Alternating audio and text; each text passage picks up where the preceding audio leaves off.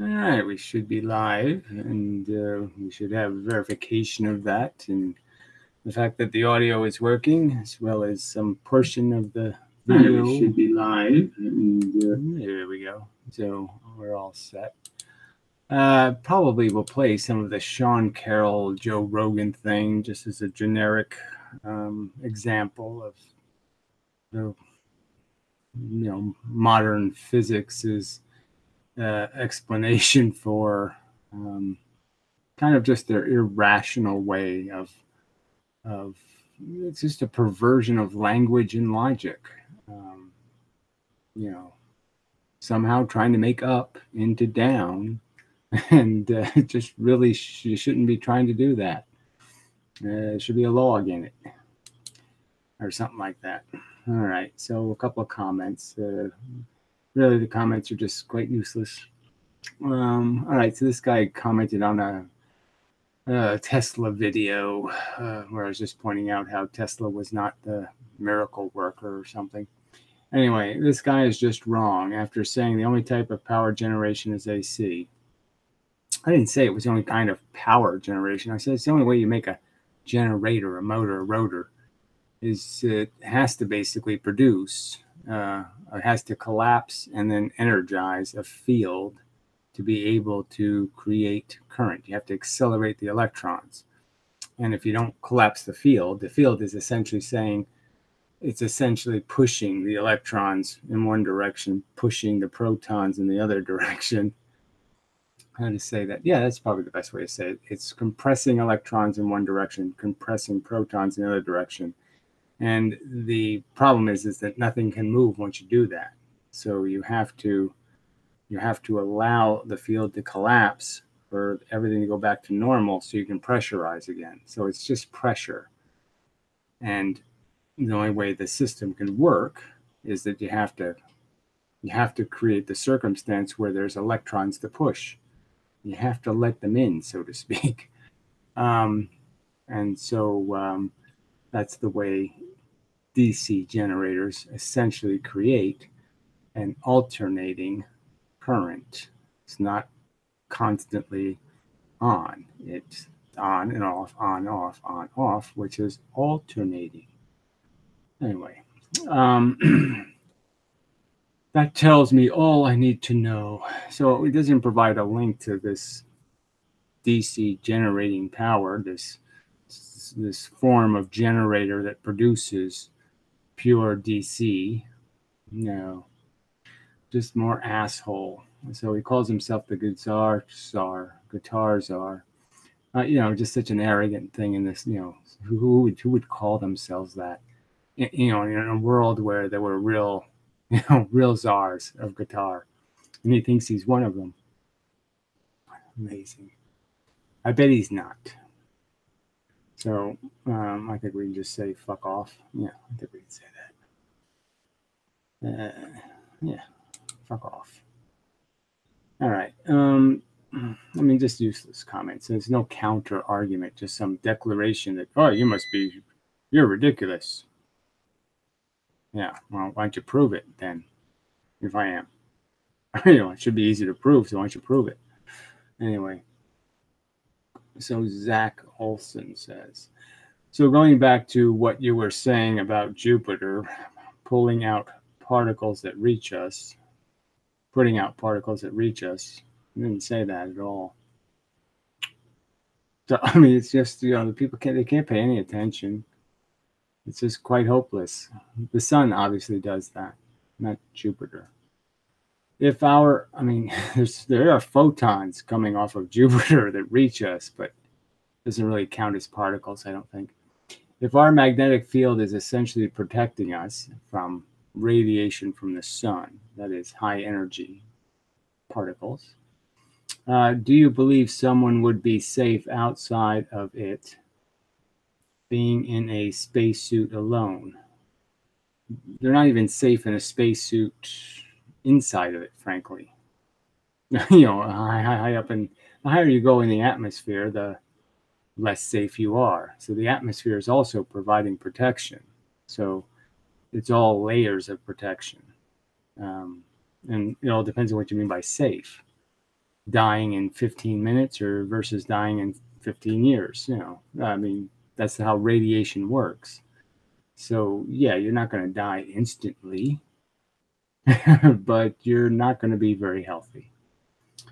So, but again, just dumb. I think I'll just delete it. Since I read it, I'll delete it. I mean, I've answered your dumb question. It just makes the board look dumb. All right. Gary, they claim that some pictures of galaxies are the evidence and the proof. Well, I've already explained. It's obviously can't be, because their theory is flawed and their evidence isn't a proof, in the sense that it's not like a videotape of the crime. It's just an image for which they don't have an explanation except to say it must be lensing or something. Dark matter. They're just trying to figure out why there's something in the image. Now, I really don't have to explain what's in the image to point out how their theory of what's in the image can't be right, because their own theory's math doesn't fit the image. And their theory's math would dictate all kinds of other circumstances that don't exist. So you have to explain first why there isn't all the other lensing there should be, and then you have to explain how their wrong theory, the wrong lens, could possibly explain the result. I'm just saying, I fulfilled my obligation, idiot. You don't get it? I'm sorry, you're too stupid. I mean, I went over it 4,000 times. This lens that magnifies is not a gravity lens. It's exactly the opposite of a gravity lens. It bends light not very much in the middle and a whole lot at the edges. Gravity does exactly the opposite. That's what you have to counter-argue. All this other crap is meaningless. Explain how a lens of the wrong shape could possibly create a resolvable magnified image. Because it can't. It can't. It's not physically possible. All right, proof of so-called gravitational lensing, but what is your interpretation of the pictures? Well, first off, the pictures are highly processed, so that's a concession has to be made. And it's through algorithms that know that stars are supposed to be round. It knows certain things, the algorithm, and so it cleans it all up based on the programming put in. So I can't say for sure that these things we're seeing are the real thing saw, in the first place. So maybe it looked a little different in reality before it was processed by assumptions. So it has been processed by assumptions. Now, regardless, let's just say it's an accurate image. I've already pointed out that when things explode, explosions do this round thing. That's what they tend to do. So we have photos of supernovas, and the supernovas often have rings. It's an obvious ring around where the supernova was. So imagine that the supernova was a very, very big star. Very big. Very massive. Inside of a galaxy.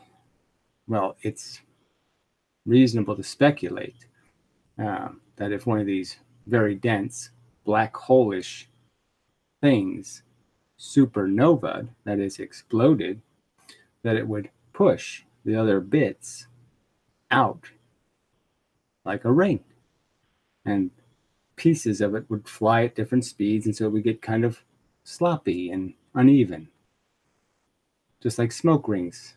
As they travel, they get sloppy and uneven. And that's, I think, a viable, reasonable explanation.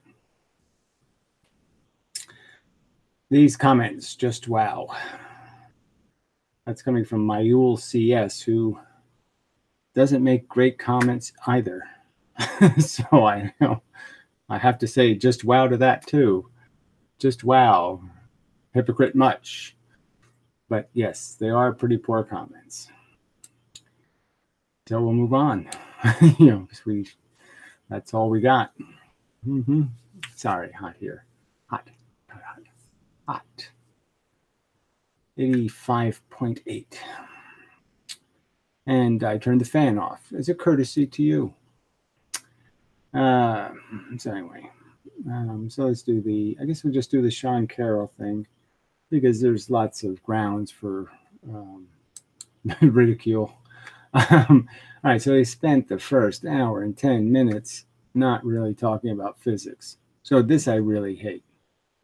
I hate when you're expecting a physicist or somebody and they're not talking about their subject. They're talking about all this other crap, which they're not necessarily useless at talking about, but I really don't want to hear Richard Dawkins talk about feminism or something. I really just totally disinterested.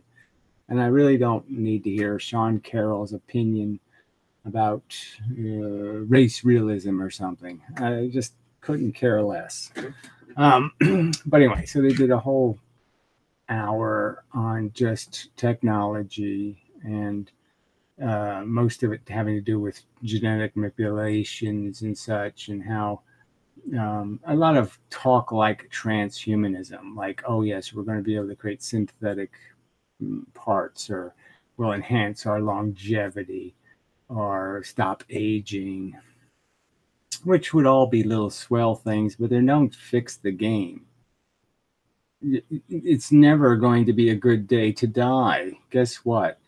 You're just never going to want to do it. Okay, you pull the ticket and you just don't want to get in the line. It's like getting in a line for the dentist.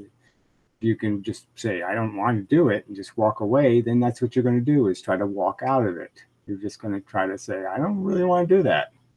Thanks. But no thanks.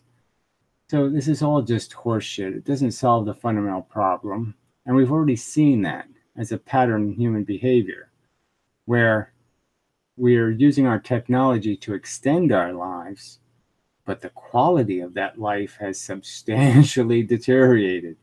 So the last thing you really want to do is start getting into your 80s or 90s and still being healthy, because they'll just keep you alive, in a state of where you don't even know who you are entirely, and you're just subjected to a constant tension and frustration, and not understanding what's happening to you, and just turning people into like caged animals, and saying that's a good life. Well, no, that's a terrible life. So we haven't even used the technology rationally at all. We certainly haven't used it to provide graceful exits, and graceful ends to the story, a graceful closing of the book, the narrative.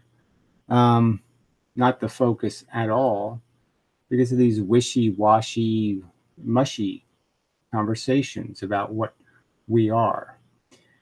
And so there was a point where you got on the subject of free will, and I don't know whether that's this clip or not. I might have just went to the clip where he starts talking about, well, we'll find out. But it was just so bad, because he calls himself, I'm one of those compatibilists. And we basically think, why pay attention to the truth when a lie is more fun? And that's all he's saying. It's just like, what the fuck? So if you treat science the same way you treat philosophy, then I guess your science is rubbish too, because you're using the same standard. If the wrong answer provides utility, fuck looking for the right one. If the wrong answer is useful, fuck the truth. Not very scientific. So I don't think I need to go on any further. I mean, that's all just philosophy crap, and it's for another channel and a different conversation. Quantum mechanics is weird because, among other things, it is by far the most successful theory of physics ever invented. Okay, it's just a silly statement. By far the most successful theory of physics ever invented. When, no, I mean, Newton was a more successful theory in the sense, or the inverse square law, or lots of things. The stupid notion that quantum mechanics is even a thing when it's not. It's just this idea that when photons interact with electrons, they can do all kinds of stuff. Different things can happen in that interaction. Photon can go this way, it can go that way, it can go that way, that way, that way, or that way. And there's reasons why it will do that. And those reasons always come down to some sort of predictable probability. A certain amount will do this, a certain amount will do that, and a certain amount will do that. And that's not really quantum mechanics. That's just the facts of the experiments that have been done. And who's denying that? Who's denying that this is a fact of the circumstance?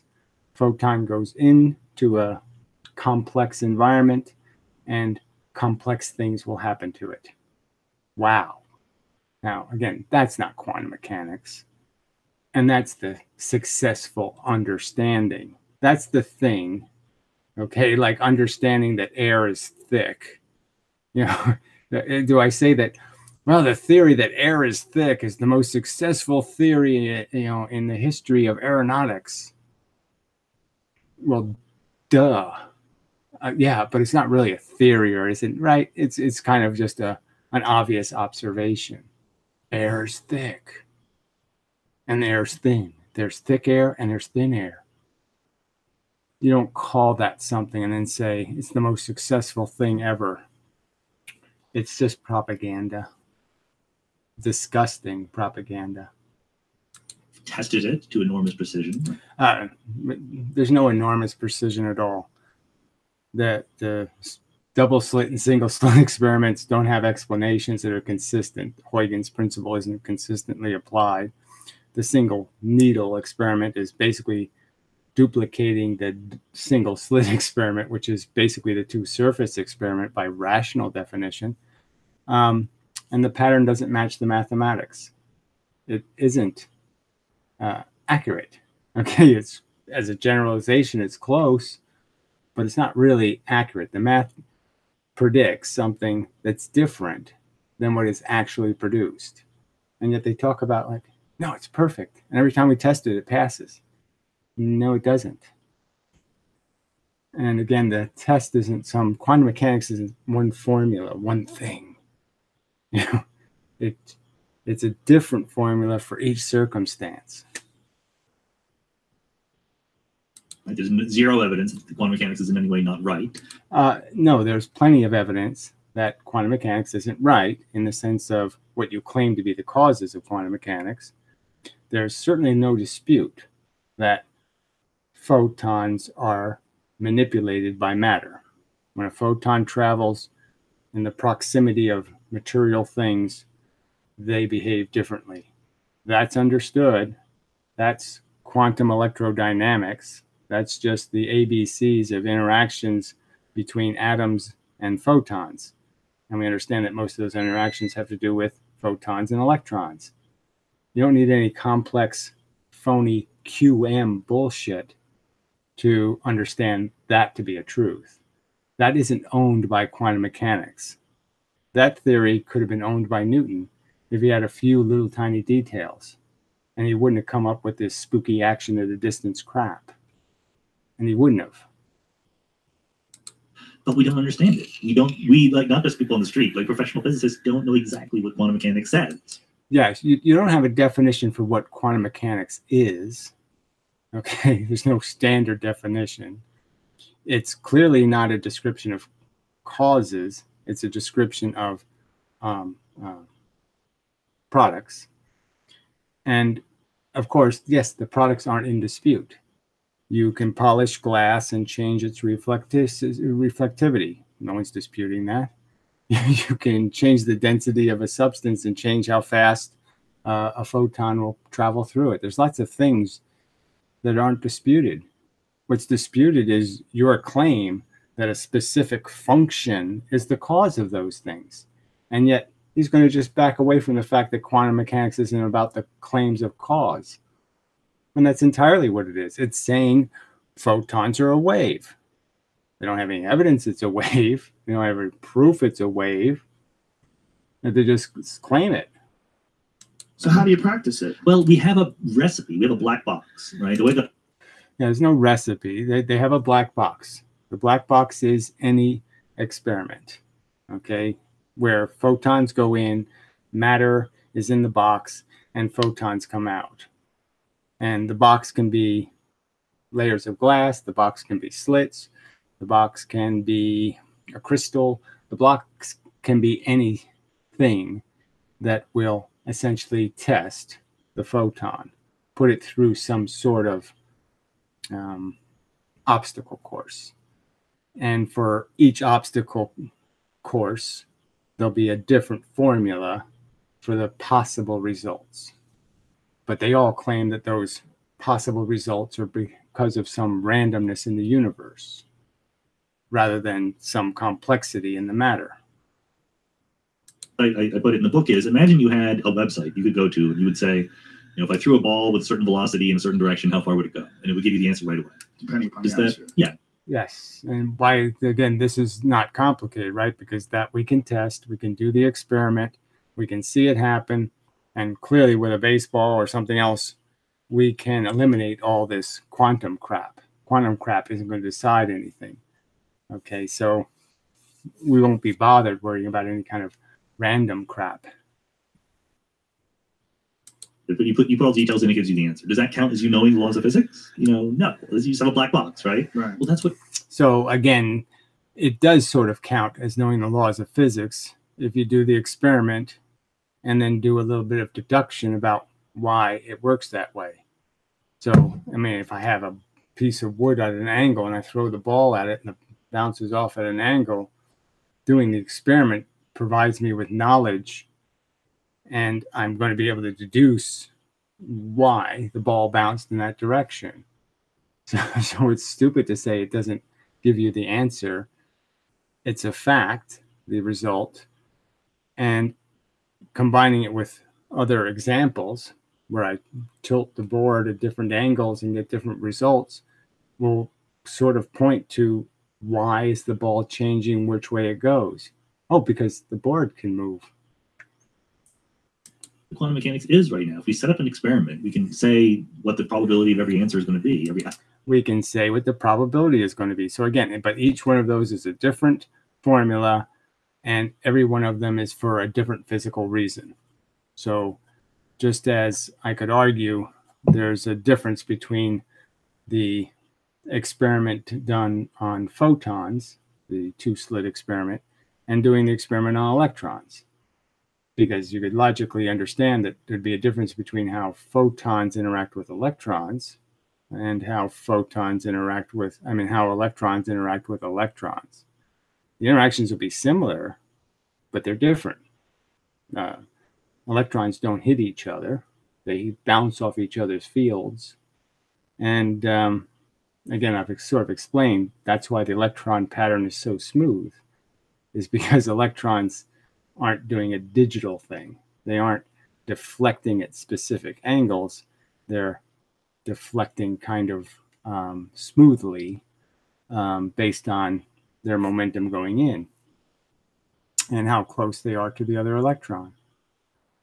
And so they're perfectly rational explanations.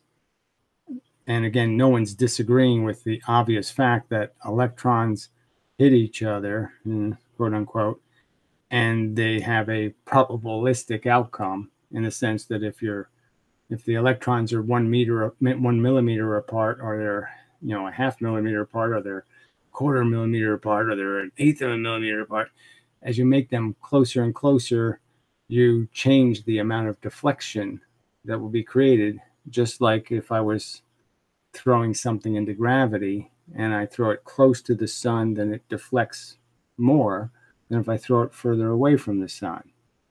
No surprises. No need for any veil of complexity. Outcome. But if you say, well, why? What happened? We don't know. Or we don't agree. Like, different people disagree with you. Yes. Why did it happen? Exactly. So they don't agree. So that's the concession. So this isn't something quantum mechanics has fixed or provided an answer for. It's a lousy explanation of cause because they just all disagree on what the causes are. And they're all phantasmagorical causes. Nobody's saying anything rational like, oh yeah, matter's complex. You shove photons near it, the complexity will be imposed on the photons, and the photons will behave in a complex manner based on the complexity of the matter. Wow. None of them say that. Not one of them. It's not their choice to blame the obvious thing, because the obvious thing is boring. Each other.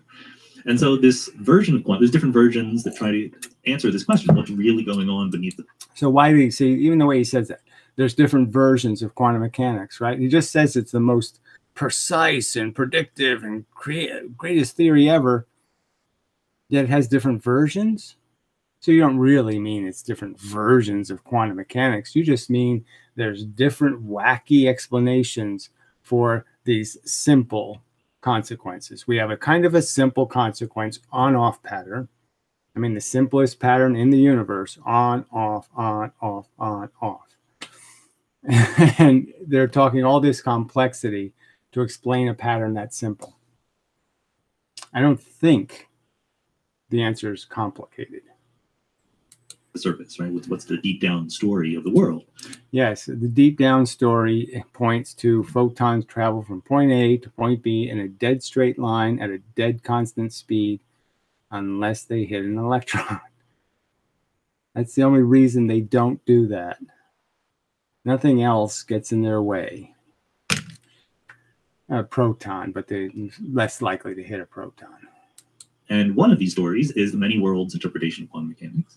And it was invented by a graduate student, Hugh Everett, in the 1950s, who was inspired. Right, the silliest of all possible explanations that not many worlds, they should call it the many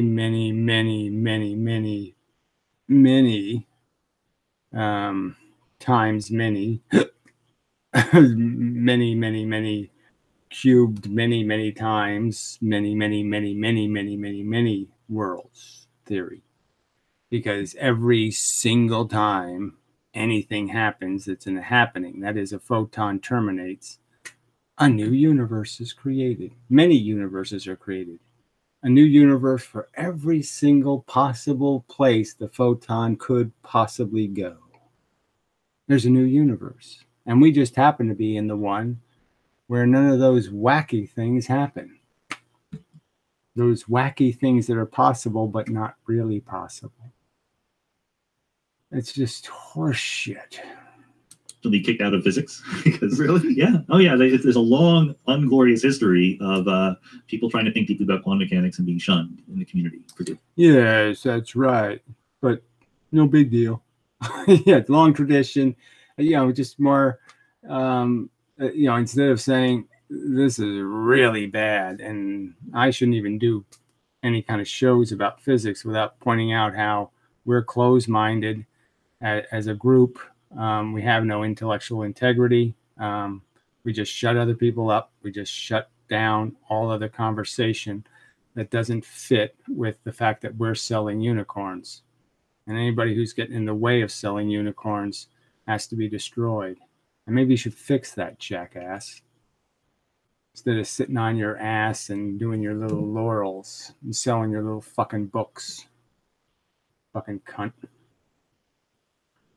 So, because we set up this weird thing where, there's literally a memo that went around the major physics journal in the United States said we will not even look at papers to try to think about the foundation. Right. Okay. So he was before in the previous conversation, they were talking about China because, China's doing these genetic experiments and this and that. And he has all these kind of negative cootie feelings about China. Right. Because, it's a dictatorship and it's this.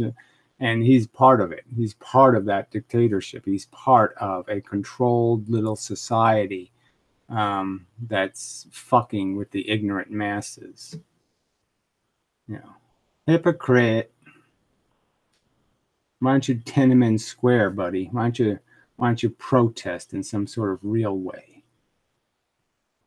Beyond just telling the little stories. yeah, we fucked over a few people. Yeah, tough shit on them, huh? It's embarrassing. It's terrible. It's like Oh, it's embarrassing. It's terrible, but I'm not going to do anything about it. Fuck that. Yeah. I'm still going to take my paycheck to be part of that fucking cabal.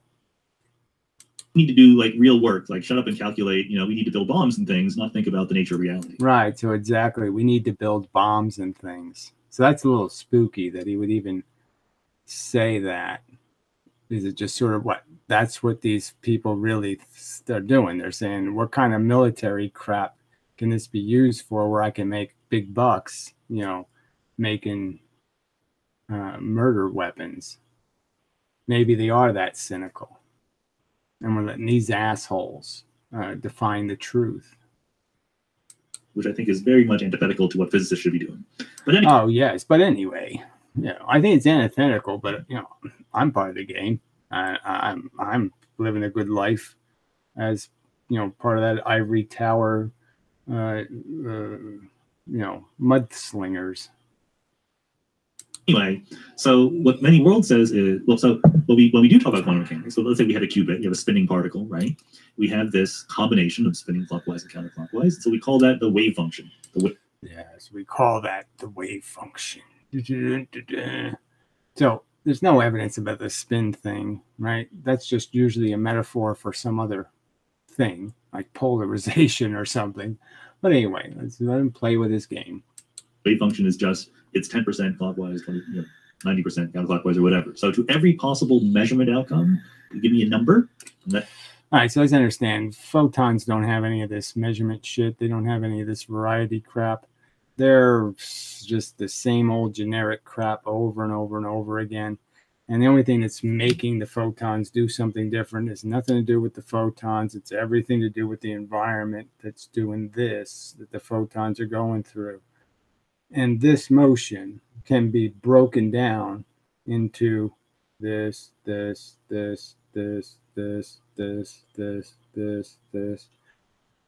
I mean, it's not really any more complicated than that. Clearly, there's a probability of each one of my hand being in a certain position. Here is the highest probability because it has to go through both transitions. Okay, this transition and then this transition. So here is twice as likely as here or here. It's that simple. the number is basically how we figure out the probability of that measurement outcome coming true, and that's the wave function. So there, for a long time, people thought, well, this is just a trick. This is just like it characterizes our inability to be precise, right? Yeah. No, it characterizes our inability to see the smallest thing in the universe. Because to see, even with radar, even with sonar, even with anything, to see, you have to throw something smaller at something bigger. You can't throw something bigger at something smaller because you won't see the small thing then. So seeing requires you to interact with something in a subtle way. Well, the smallest thing in the universe, you can't interact with it in a subtle way. There are no subtle ways. You can't let it pass through a million of something and disturb just one of it. And then you can say, oh, it's just 1/1,000,000th of an interaction. You can't do any of that shit. There's no subtle or passive interaction. Therefore, we can't see it. That's the simple answer. And again, I'll make it seems such an obvious reason to have pause about what they're saying is to just recognize that we know in the big universe out there and in our universe, there's no evidence of this wooiness. And how come the wooiness only shows up in the one part of the universe we can't see? Doesn't that sound a little bit too coincidental? The one part we can't see is where randomness happens by the magical wave function. No, it doesn't. It's just crap. A probability of this, a probability of that. But someday, they hope, Einstein, for example, had this hope that we'll have a better theory and we'll know exactly how to predict everything with perfect precision. I don't even think that was what Einstein was saying. Einstein wasn't saying we'd be able to predict everything with perfect precision. Einstein was basically saying hidden variables. Einstein was saying maybe we'll never know what exactly happens, but we don't have to jump to the conclusion that the photons are invisible men and that they do magical things. That's why he said things like spooky action at a distance and other things, because he thought, yes, there is a mechanical reality. There's not some unmechanical reality. Nothing is leaping anywhere. Nothing's doing things totally irregular to every other bit of physics we know of. And especially in this realm of the smallest things in the universe. Of course, why would we jump to the conclusion that the rules change? So what Everett says is, no, it's the other way around. This wave function is reality. That's the whole world, right? That's what reality is. It is a superposition, a combination of all different possible outcomes. It's not. Yeah, it's a superposition. So everything is in every position, doing everything. Right. So again, I haven't gotten to the obstacle course yet, and we know I'm only doing one thing. I'm heading right for the obstacle course. So we kind of know the photon isn't everywhere in the universe when it's heading right for the sled. All right. We have 100% chance that the photon's going to be hit a wall. If I put a wall there, it's going to hit the wall. There's a 100% chance of it. It's not doing any superposition crap. And all of a sudden, when it gets to the slit, all of a sudden now it decides I'm going into woo space. And now I have all kinds of possible locations I can be quantum leaping to. And each one of them is a separate universe. I actually went to each one of them and I actually collided there, even though I'm one photon. And actually a universe is now experiencing me there. And that universe has that as its history. I mean, it's just so fucking, it's baby talk. I mean, it's what a kid does with little fantasies about, writing comic books or something, and Batman and Superman and Stretch Man and, Flathead Man and whatever, Six Eyeball Man. It's just made up shit. Oh, we'll see if there's any comments. Not much. What do you think of many worlds? We just brought it up, interpretation, as Sean Carroll believes. Yeah, I think it's just a fantasy. You can write science fiction stories and you can create all kinds of amazing things, 7-dimensional spaces where, holographic bullshit, where 17 civilizations are living in the same, cyberspace, but they're all physically in different locations, but they're interacting you can create all kinds of fantasies. But that's not a description of reality. That's not what scientists do. They have to use imagination to get the right answer. They have to be able to imagine, well, the body's lying here. There's a slope here. There's heel marks going this way.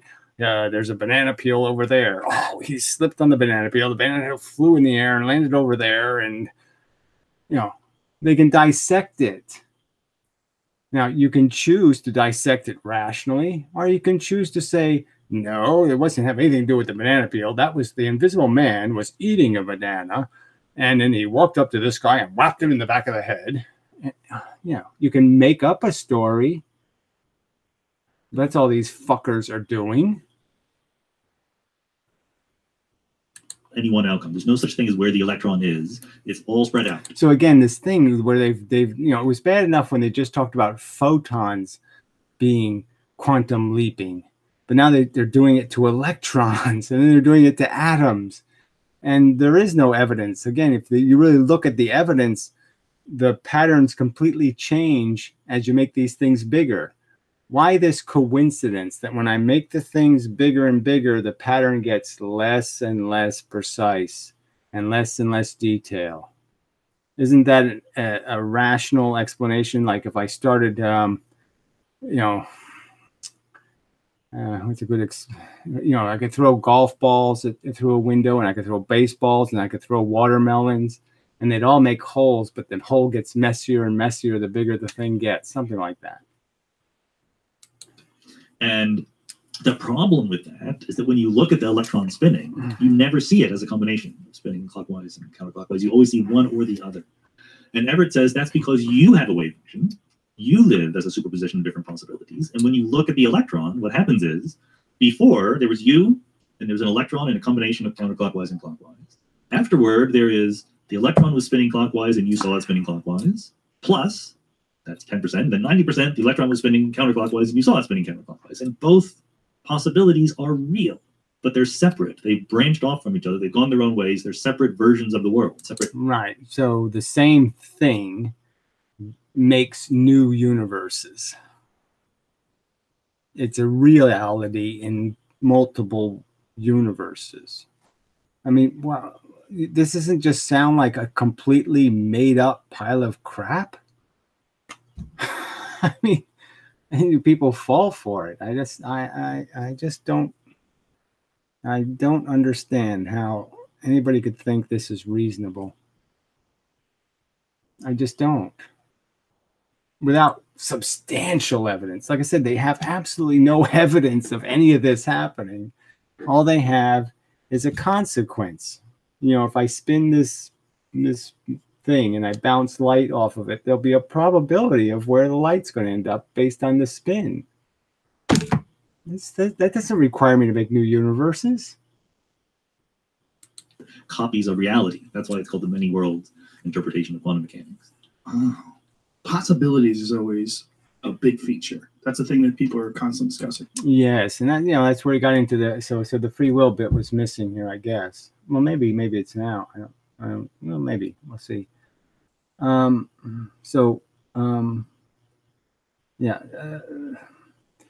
is no there's no in reality there is no probability.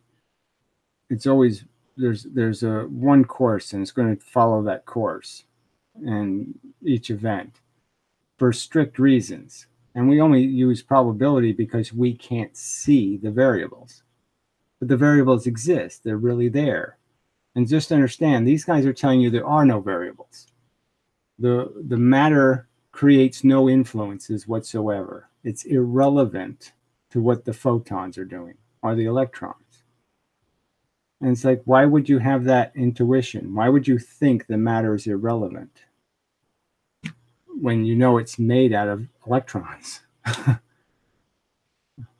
Amazing. Right? Yeah. What are the possibilities? Predicting the possibilities. And when it comes to human beings, this is also randomly discussed because we talk about determinism versus free will. Mm-hmm. We talk about what's created. What are the possibilities that has created a Sean Carroll, and why do you think the way you think? And yeah, well, why don't you have a conversation about the probability or possibilities of creating the human organism in the first place and all the incredible odds against all these one-time events. The fact that they're one-time events means they had to have a circumstance around them that was really quite unique.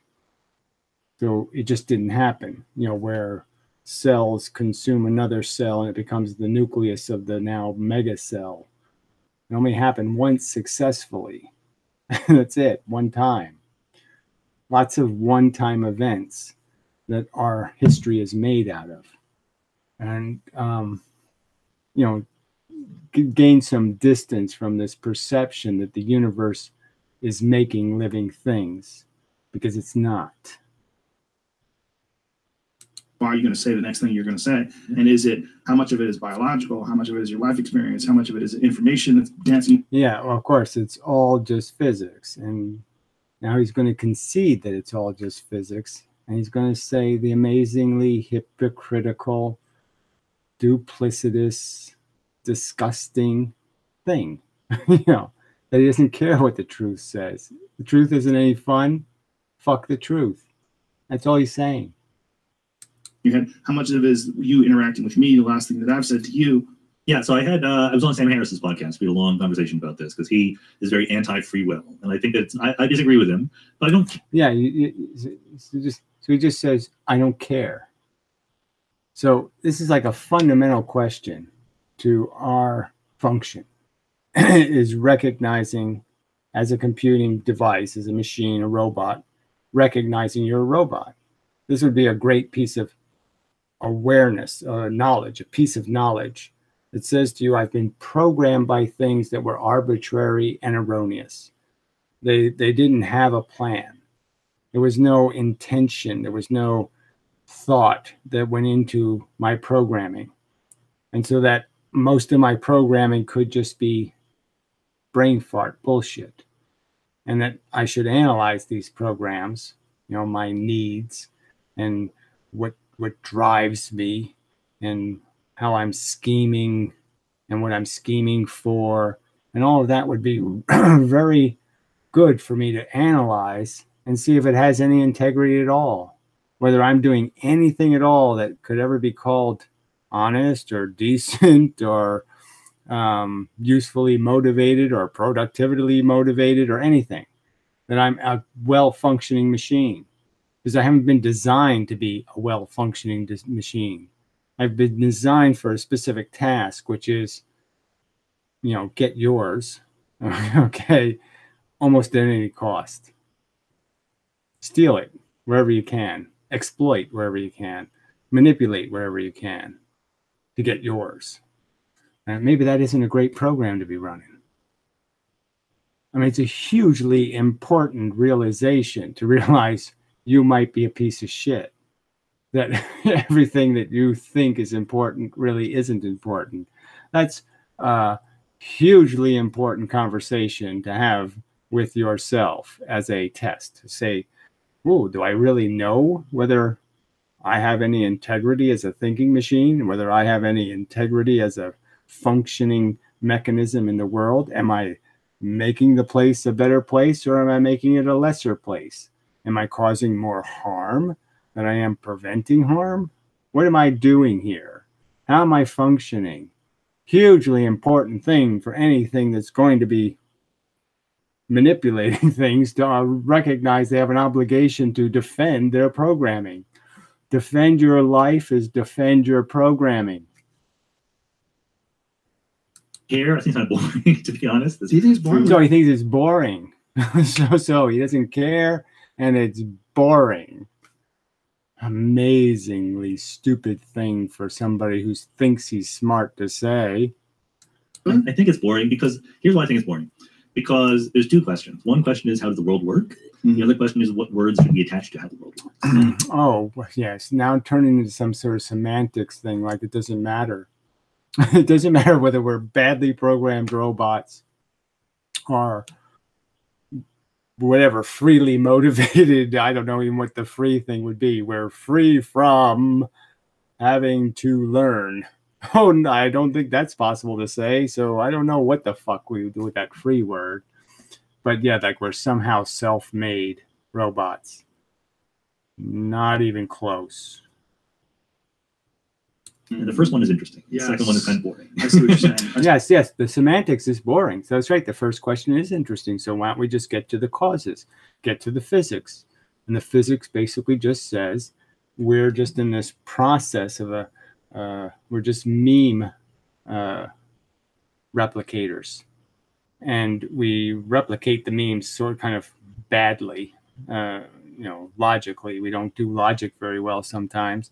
So although we're tend to be more white hat than black hat in our perception of ourselves, we don't do white hat very well and often look black hatty. And then I agree on how the world works, right? But I am what philosophers call a compatibilist when it comes to right. So, and that just is another word for duplicitous hypocrite, truth denier, fact fucker. You're just a fact fucker. That's all. You're a fact raper. Yeah. free will, which is, I don't think that I have some ways of thinking my way into overcoming the laws of physics, right? Like I'm made of atoms, made of particles that obey the laws of physics. If I talk about myself as a large collection of atoms and particles obeying the laws of physics, then clearly there's no free will. There's just this. Yeah, that's right. There's just programs. There's just routines. There's just habits. There's just dependencies. There's just secretions that create panic or worry or fear or repulsion or attraction or, hungry and horny. And that's all there fucking is. Not a very magnificent thing. Solution to the equations, and sometimes the wave function branches, and there's now two of me, but that's whatever it is. There's no spark of consciousness. So there's two of me. You mean many worlds? That would mean there's many more than that. Unfortunately. that lets me overcome what the equations say is going to happen. But guess what? That's not a fruitful way to go through your life in terms of... Okay, that's not a fruitful way to go through your life. The truth is not good for you. Live lies. I mean, that's all he's saying here. What else is he saying? He's saying somehow it's demotivational in some negative way to recognize the fact that you just might be a piece of suck programmed by a bunch of suckers. I'm talking about human beings. When you meet somebody for the first time and you say, like, what do you do? Who are you? They don't give you a list of their atoms and say what every atom. They don't need to, right? So obviously, why would recognizing that you're a program machine require you to give somebody else a list of your atoms? That wouldn't be what you do. But what you might say to them is, yeah, I'm a conditioned organism. I grew up this way, and that kind of fucked me here. And I have a few neuroses, and I have these little tics and habits. I say too much, and I do a lot of things for which are just bad habits, and some of them I'm trying to fix, and some of them I have some control over, and some of them I have absolutely no control over. In a sense, they're very rudimentary and seem very deeply grained into my physiology. And my body is just reacting, and I don't know how to stop those reactions. Some things smell bad, and they smell bad, and I'm not going to be able to change that they smell bad. What's wrong with that? Adam is doing, it's like let you go ahead and solve Schrodinger's equation to figure out what's going to happen next, right? No, but we can know that we are predictable psychologies and that we have these huge tendencies. And if you're getting married for the 6th time, maybe it would be a fruitful conversation to have with the next prospective loser that, yeah, they all ended really badly and it all started all good, but yeah, it all turned to shit. And that seems to be a habit of mine.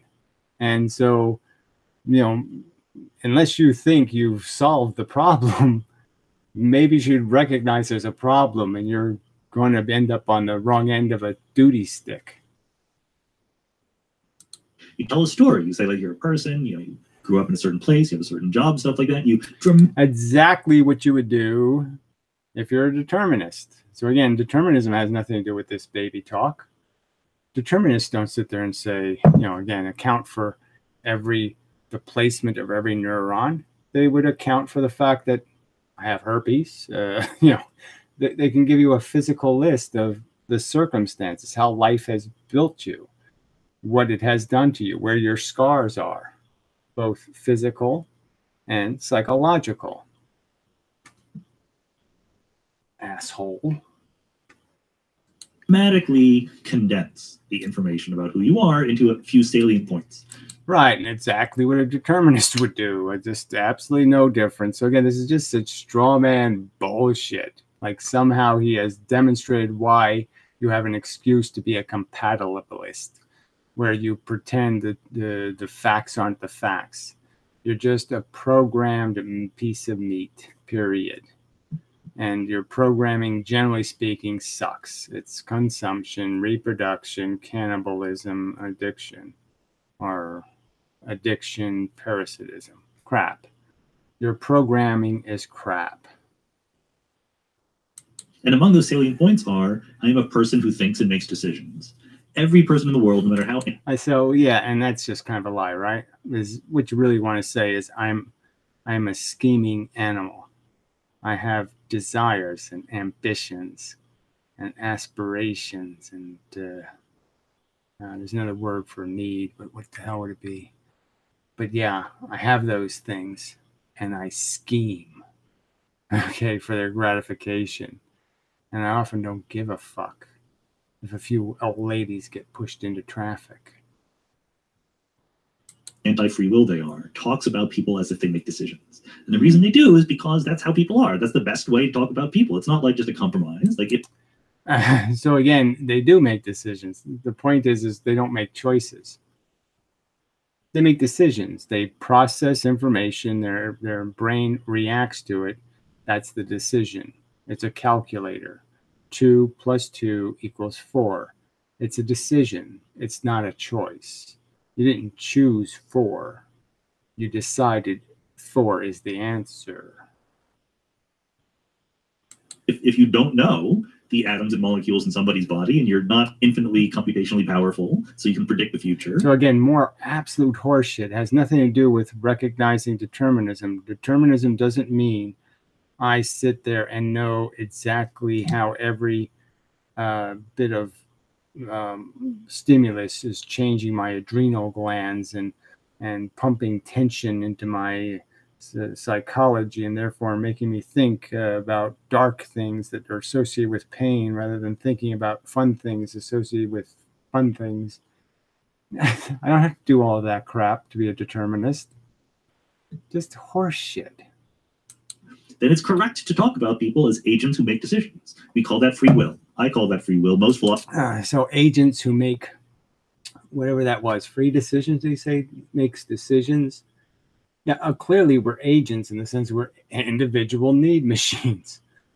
But, and we make decisions based on how we've been programmed, whether we've been programmed by assholes who teach their kids how to be scheming, don't give a shitters, or whether they've been programmed by people who said, you have an obligation to your race and to your country and to your family not to disgrace us by being a pig.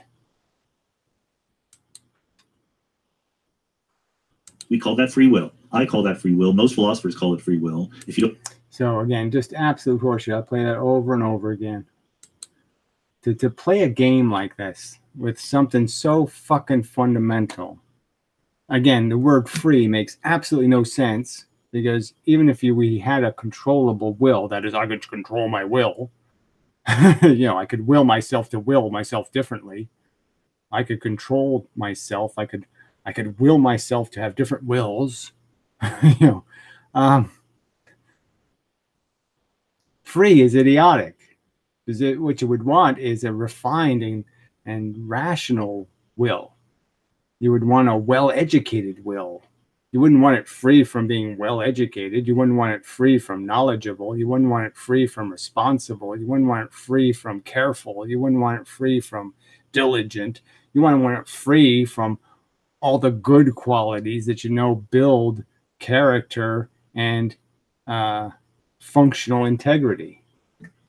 So it's just silly to sit there and go all the way back to the most primitive of idiotic notions that somehow we gain our will from randomness and that randomness is smart. No, randomness isn't smart. Controlled things are smart. Things that are carefully engineered are smart.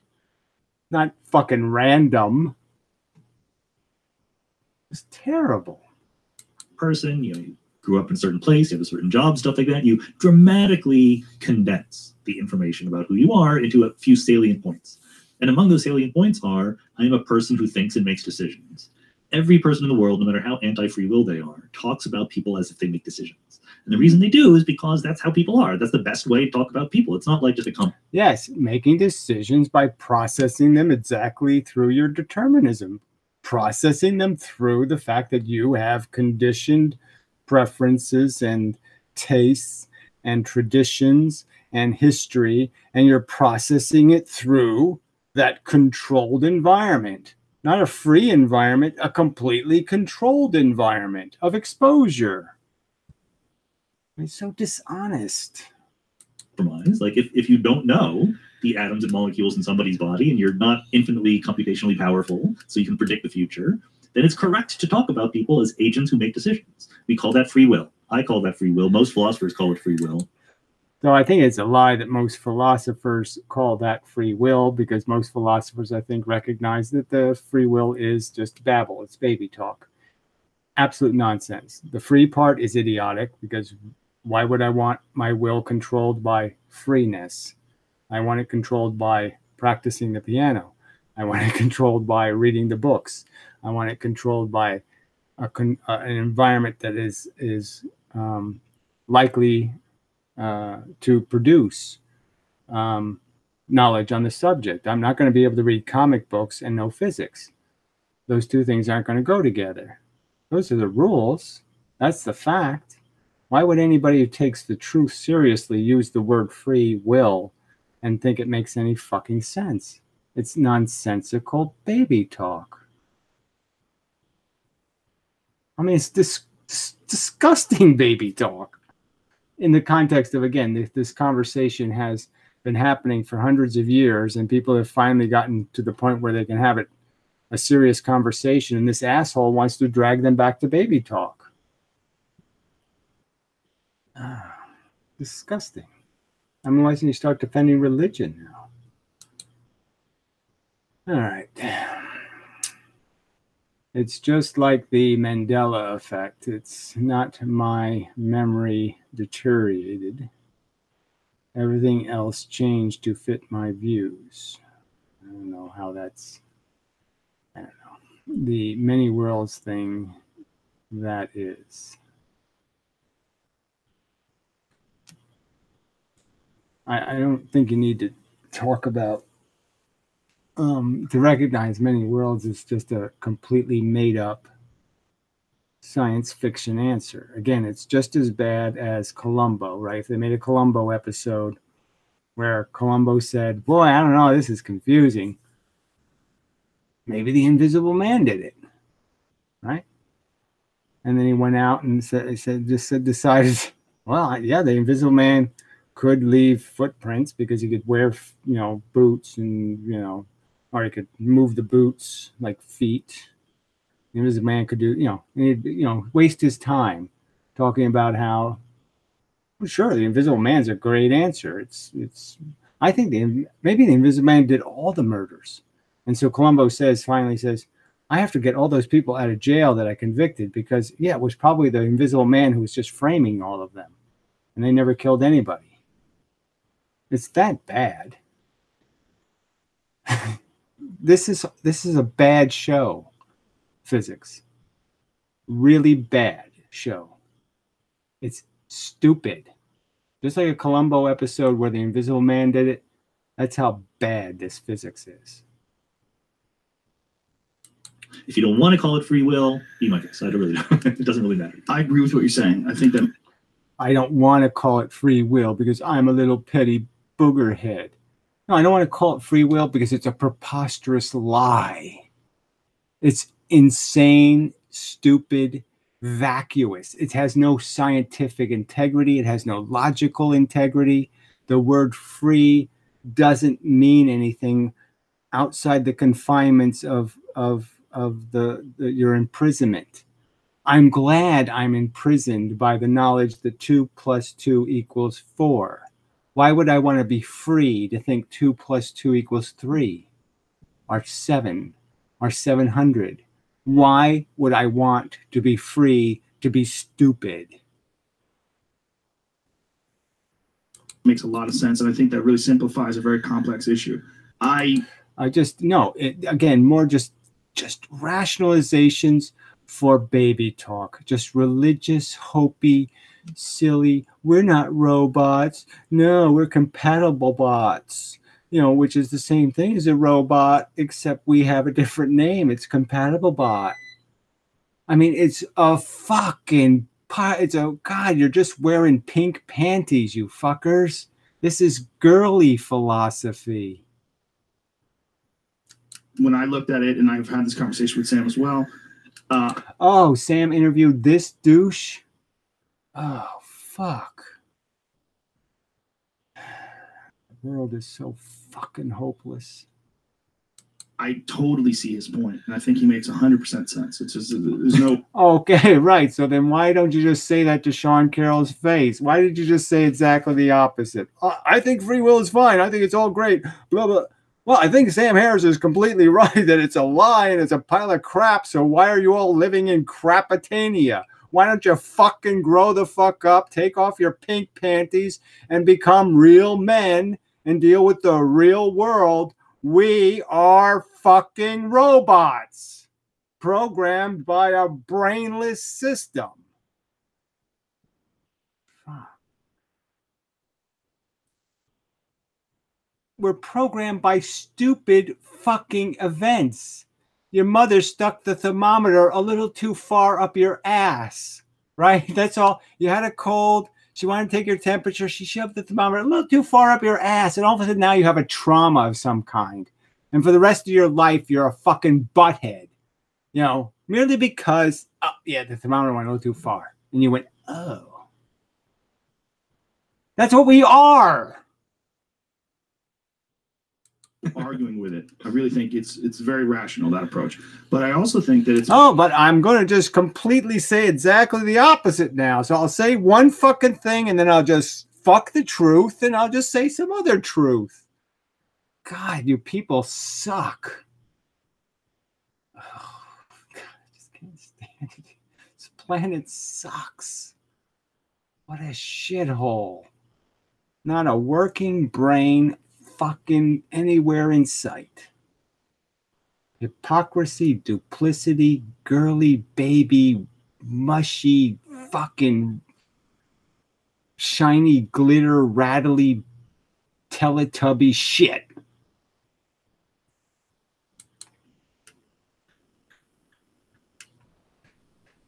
All right. NS Courage. I don't know what that means. Oh, he's talking to him. That's a nice photo you have on your channel. Oh, well, he's got a bad icon, apparently. Careful, Crab. You're on a physics channel. Stay on the subject to avoid the ban hammer. Well, it's true, but people wish shitty icons should be shot. Just throwing out a compliment, not trying to change the subject. Well, now I'm curious. What's the photo on his fucking channel? Fuck people. Oh, I don't want to go to channel in a second. Can I do it as a new tab? Yeah. Yeah. I don't know why I did that. But, oh, some naked fat guy. I guess it's him as a naked, you know, while he's freely composed himself into a naked fat guy. Okay. So, but whatever. That wasn't worth it. That wasn't worth the trip from my perspective.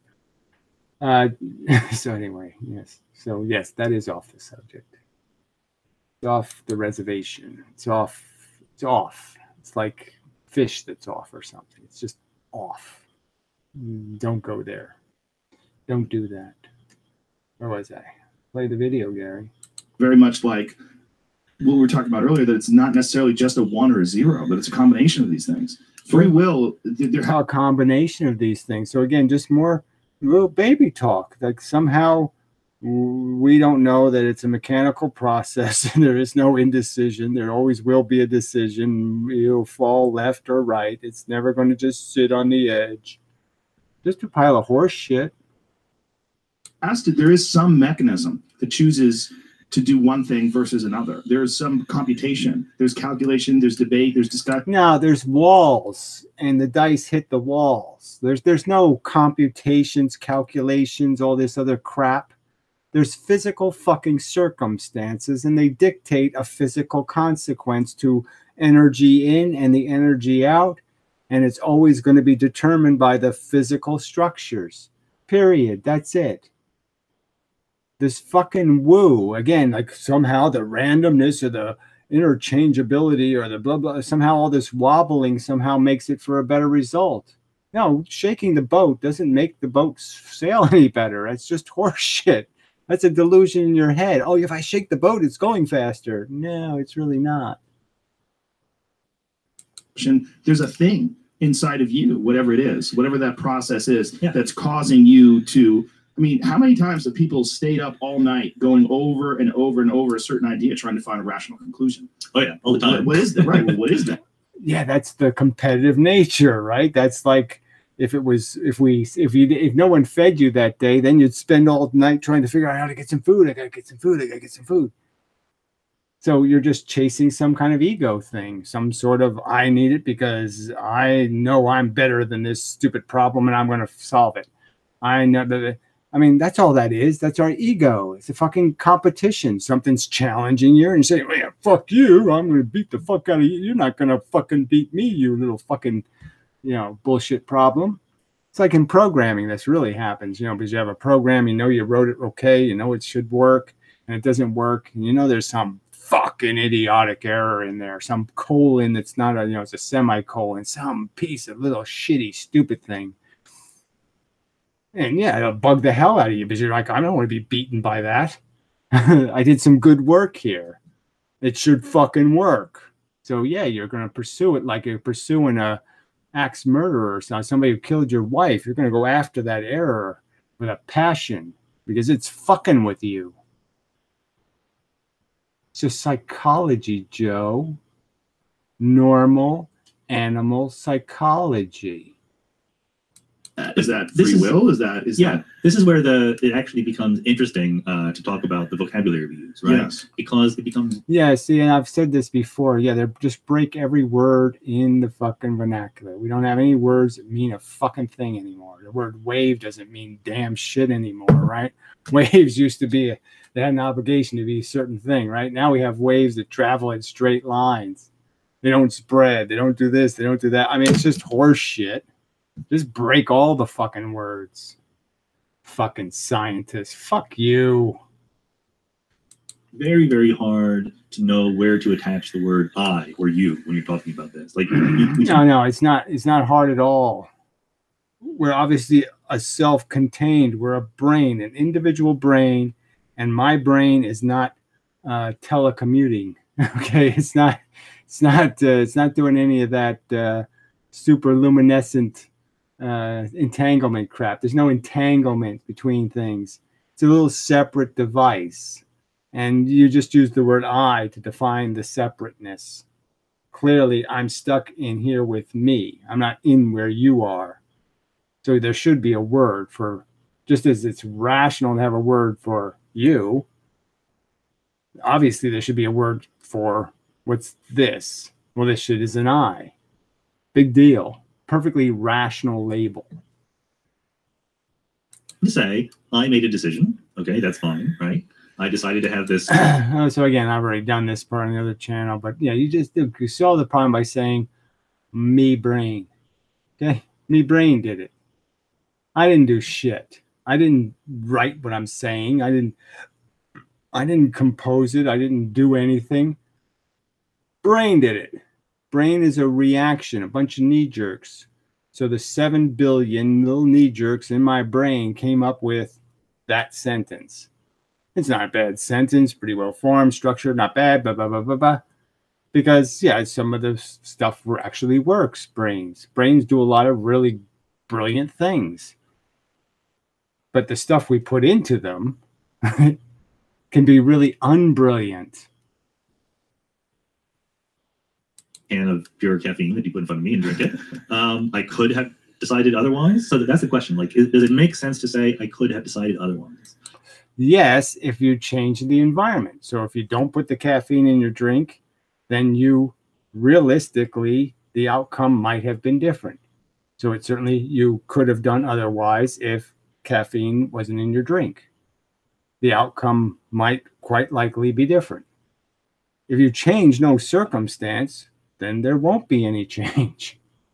If you change a circumstance, the input, then the output might change. No big surprise. The output might not change in any significant way you can see, but it certainly might. And if you define yourself as the following list of atoms and particles in a certain configuration, then no, then the laws of physics said that was going to happen. But I don't know what all that is. That's not a useful way of talking. So yeah, it is incredibly useful. It's incredibly useful to understand that I am the byproduct of a whole long list of events. Thermometers going certain depth into my anus. A whole bunch of these events. And all these little events have knee-jerked me and have my dominoes tilted in a certain configuration. They have them under a certain amount of tension and a certain amount of crookedness and in some ways, some of the things I've done, the experiences like working in a machine shop and doing this and doing that, have given me knowledge of how some things work and hands-on proof, real empirical stuff where, yeah, I got that nailed, and I got that nailed, and I got that nailed. you know, really useful stuff. So I've had some very useful experiences, and I've had some very, you could argue, counterproductive, not so good, that have only degraded my function, not enhanced my function. And that's what I'm a combination of: a bunch of events that enhanced my function and some events that degraded my function. And that's it. Perfectly rational way to understand what we are as machines. Some of us are good soda machines. We do what we're supposed to do. You press the Coke button, Coke comes out. Some people, you press Coke and yeah, grape comes out. Or a frog pops out. You know, not even close to functional. A whole nother way of talking that says, I'm a person and I kind of like coffee, but I already had a cup this morning. And no, there's a chance, there's a probability, like you say, that I would drink this and a probability that I would not. No, there's no probability. Sorry, that's just absolute rubbish. There's a wall and you're going to throw the dice at it. And the decision is essentially, it's already happened in a sense. Okay, the futures might as well already have happened. It's solid. It's not going to change. It's not vulnerable to probability. We'll just follow the inevitable courses. We can't see it. We can't see the inevitability. When I throw the dice, I can't see that I'm through a 7. When the dice were in my hands, I already threw a 7. Because I'm going to let them go here, and they're going to fly this certain way. They're going to hit the side of the wall a certain way. Then they're going to tumble, and the result's going to be a 7. And it's decided when the dice are here in the air. It's already decided. It's done. I don't have control anymore, do I? The dice aren't going to make the decision. The decision was already made back here. And the truth was, the decision was made before the hand moved. And the decision was made before the hand even had the dice. It was already done. And thinking life works any other fucking way, or that the universe works any other fucking way, is just baby talk. And those are completely compatible, although they're different. The only way you get into trouble. That is not compatible. It's the difference between science and religion. There's nothing compatible anymore. No hope of compatibility, because one is stuck with traditional notions of what people need, and the other one is devoted to, let's find the truth. That's what we need more than anything else, is the right answer. Right answers are what the world needs, not fucking fables and babble, not convenient crap. Well, as if you mix up those two different ways of talking. If you say, like, I chose to have the coffee because my atoms were in a following configuration or something like that, right? That's like talking about us as humans and then switching vocabularies. No, all you're doing is acknowledging that it's exactly the truth. Again, you don't have to detail it. You don't have to explain all of it. You just say, yeah, that's my nature. That's my habits. That's my traditions. That's what's likely to happen. Can't say for sure, but we know my history. Talking about us as atoms, and that's where you get in trouble. Yeah, it's a weird reductionist take on what it means to be a person that thinks. So again, this word reductionist in this negative way, like somehow that's not exactly the rational thing to do. That's exactly what a physicist is supposed to be doing. He's supposed to be reducing it. That's exactly what they do. They heat things in test tubes and reduce them to their simple elements and then test them. And that's exactly what a rational person does. Dissection, okay, reduction. That's the whole fucking theory of science. That's exactly how you find the truth. And they use it like it's a pejorative. Reductionism. No, it's exactly the process. Reduce it to its functional elements and understand those elements. It's what a mechanic does. It's what anybody who's useful on this fucking planet is doing. Yeah, I think, if you say, like, there's no free will in your atoms, then I'm with you. I'm on board. But no one in the world goes through life that way. Right. For good reason. So again, more crap. There's absolutely no incompatibility with living your life and conceding you're a robot. No incompatibility at all. There's absolutely no automatic, oh no, my brain will explode. Warning, Will Robinson, I can't handle being a robot. The robot handled being a robot, right? He didn't sit there and say, I don't like being a robot. I think being a robot sucks. I can't do it. None of that shit happened. It's a completely easy thing to concede. I've been completely fucked by the world into the fucking condition I'm in. I've been pushed and poked and shitted on and this on and that on and this on. And I smell exactly like the environment would, those circumstances would make somebody smell.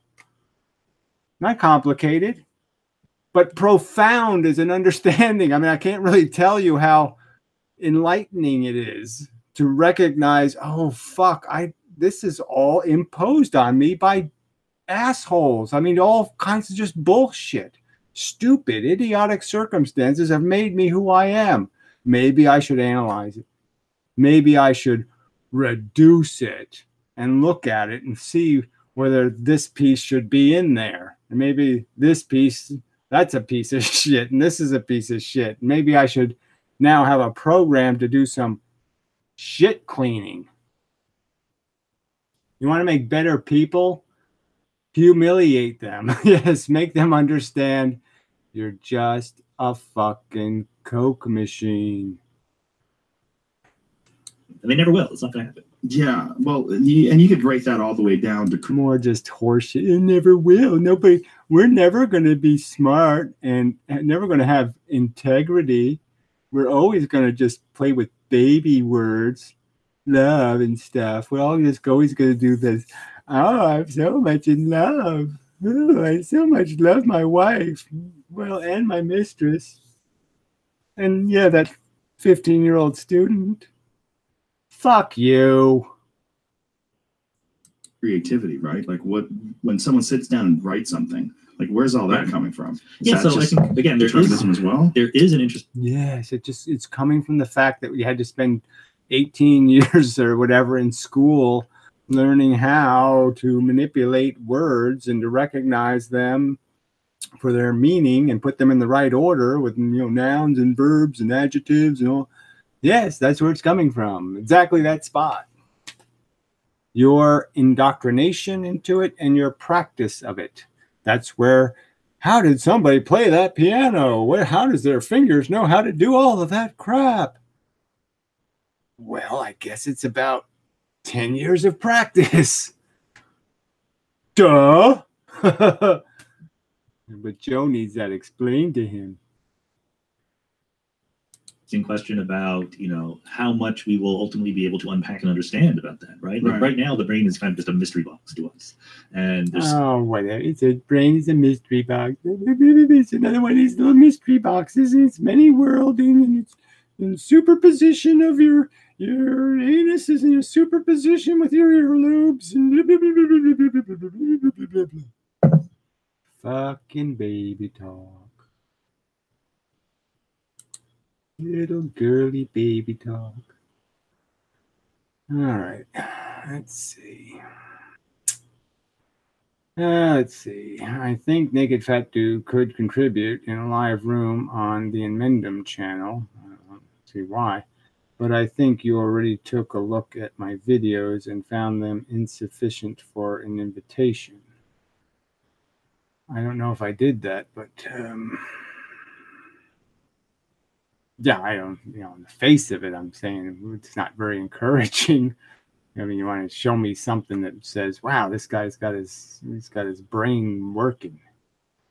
Is your determinism falsifiable? So another pile of crap about how you can't, you know, somehow if my theory isn't, if I can't prove my theory wrong, it can't be right.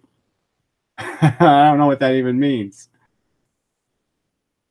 I don't know. How would you, the only way to test it is for me to prove there's no God, right? I mean, what are you asking for?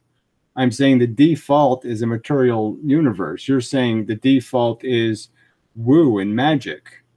Well, I have to what? Prove there's no woo and magic? Well, I can't do that for you. So I think the burden of proof is on you. The people saying there's woo and magic, they're the ones who have to show the proof, not me. I mean, it's just, again, it's like, is evolution falsifiable?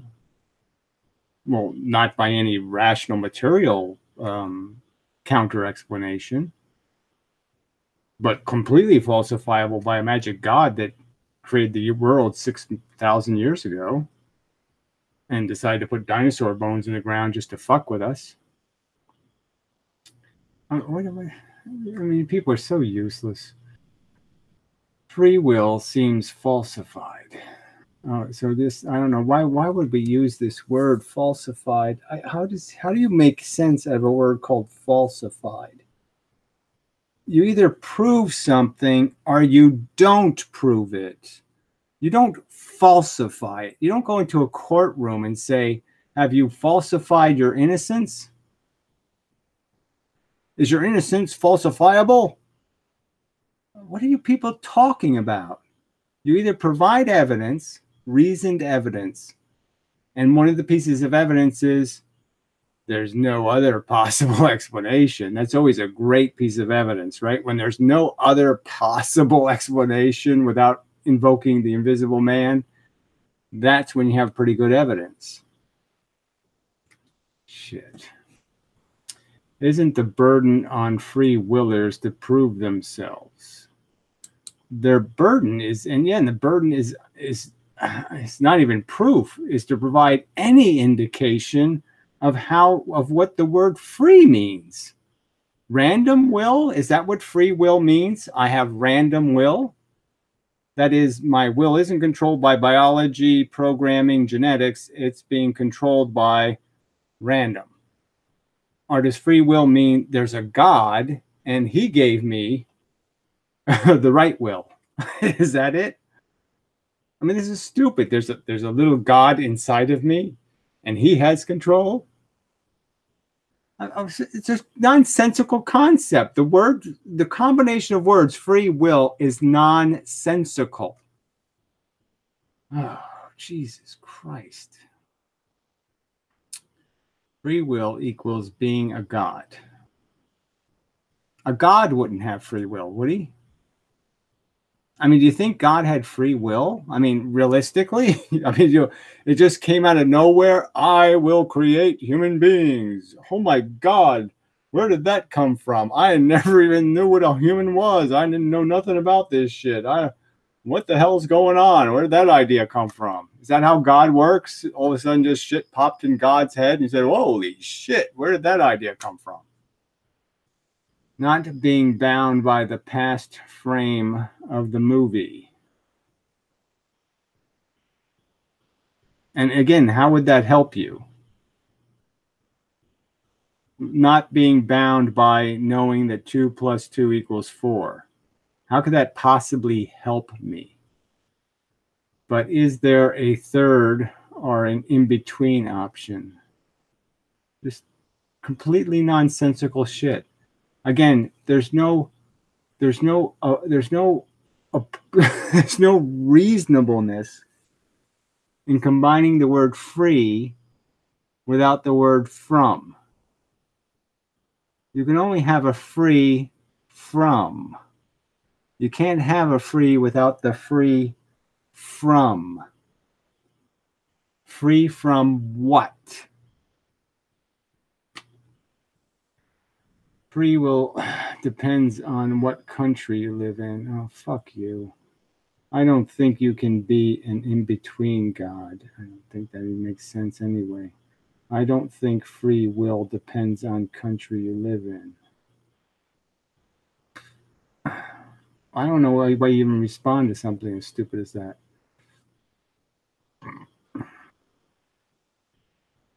I mean, it's just so stupid. Obviously, your will depend on what country you live in, your psychology, your philosophy, your who you become. Okay, if I give birth to a baby in nowhere and I can drop it in Russia or drop it in China or drop it in the United States, quite obviously, I think everybody knows that the same baby dropped in those locations would not turn into the same person. Only an imbecile would think the Russian kid would speak English. I mean, stupid. All right, well, you people just are useless. These commenters are just so useless. So I don't know whether he does any more physics in this whole shitty interview. I don't know. I guess I'll have to watch it and then I'll decide whether there's something better to come back to. But I'm sick of this philosophy shit. I mean, there's, so no more free will conversation. I have no interest. You want to talk about quantum mechanics and its definition? That's interesting, maybe.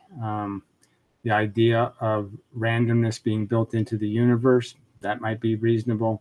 But free will is not a subject, so we're done with that.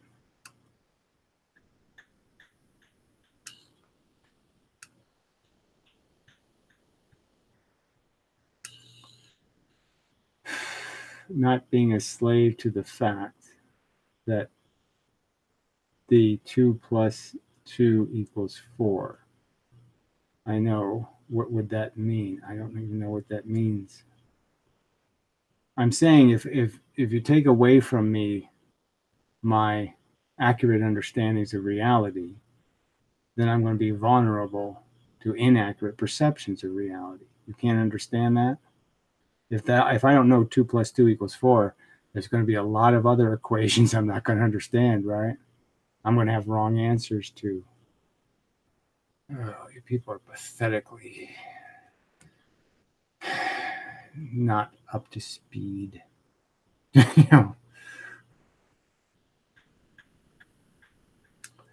You're in the slow learner averse.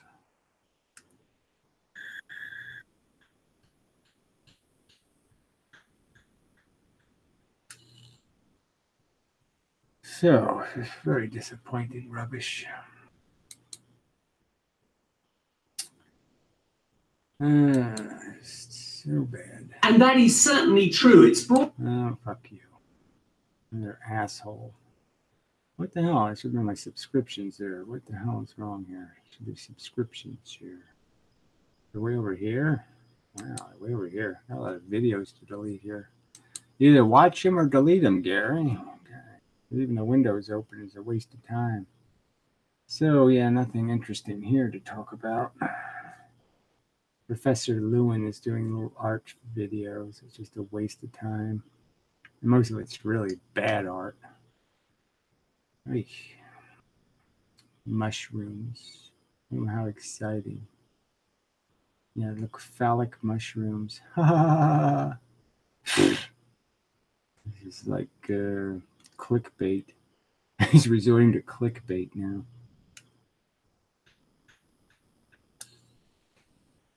Oh, yeah, pretty dismal evening again.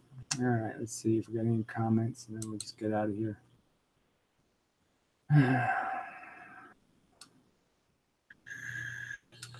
We'll have to try to do a daytime. Like the last 2 days, I've tried to do a room in the afternoon, but always something interrupts me. Some sort of obligation or interruption.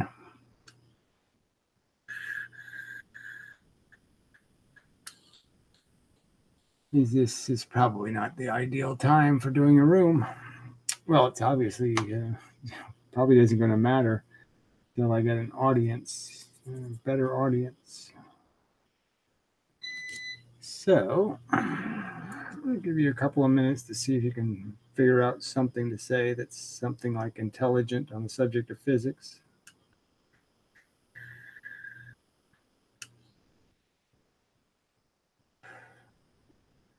Randomness in the universe. As soon as the measuring isn't finer than bits of light, do we even have a chance of getting the truth about light? I'm just saying, why should we assume the truth isn't the fact that it does travel from point A to point B in a straight line at a constant speed? All the evidence essentially points to that being a fact. Why would I assume it's not a fact? And the only time light doesn't do that is when you throw some kind of material crap in its way, and then it doesn't do that. What is so complicated about that? Why do I have to be able to see photons? I don't have to see them. I understand how they work. They're very small, but once I release them, they go in a straight line until they hit a piece of matter. Is evolution then an example of playing out the free will scenarios? Oh man, you're just too stupid. Until the most advantageous one is discovered. What are you talking about, a free will scenario? There's no free will scenario in evolution.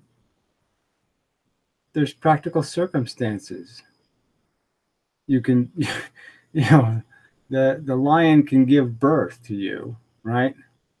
On a night when the hyenas are just 100 feet away and you're fucked. What's free about any of this? It's just stupid. What are you talking about? How is it determined which of the many particular directions particles of opposite somethingness will take when they meet? You people are just you're so full of shit. Opposite somethingness. There's two electrons. This one's part of a piece of matter. It's in tension, a magnet. So it's a magnet connected to some other magnets, in an arrangement. All the electrons are magnets north side up, and the protons are magnets south side up. And so the electrons are attracted to the protons, but they're repelling the other electrons, so they can't really go closer to the proton without ending up going closer to the electron, which means they can't do that. So they're in tension. So this electron is in tension. This electron is shot free of an atom, and it has a trajectory, and it's moving on its trajectory, and it will repel this one because of these little photon bits get caught in between them. So there's little ping pong balls that will be bouncing between them through this whole process. And as it gets closer and closer, the ping pong ball bounces quicker and quicker and quicker, the little photons. And so when it gets really close, this pressure gets stronger and stronger. So the two things bend away from each other. So the photon, let's say, goes this way, the energy of it anyway, and the electron bends this way. But the electron can't bend that way without moving this other electron over here that way.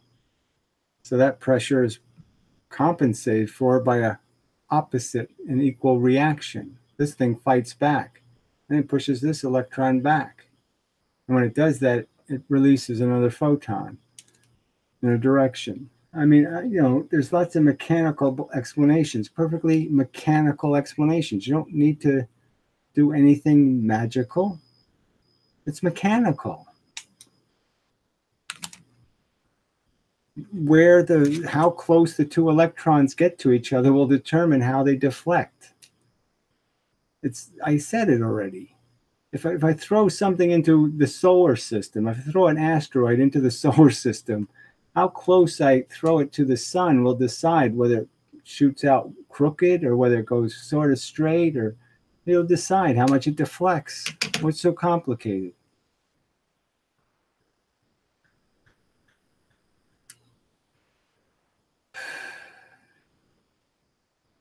Most advantageous is circumstantial. Everything is circumstantial. I mean, again, how do people type this crap? Every fucking thing is circumstantial. I guess I don't understand. I'm sure you don't. In 2 dimensions, there are only 2 choices. What are you talking about? In 3 dimensions, there are very many directions. A clock face is 2-dimensional.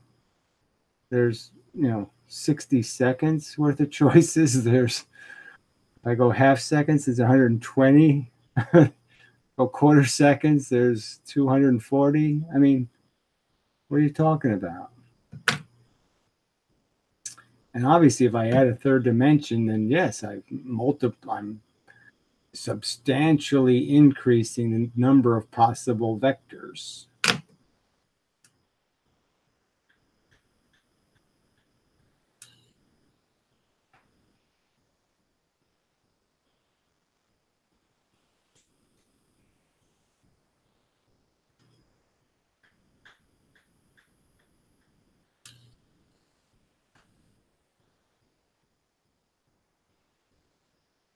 I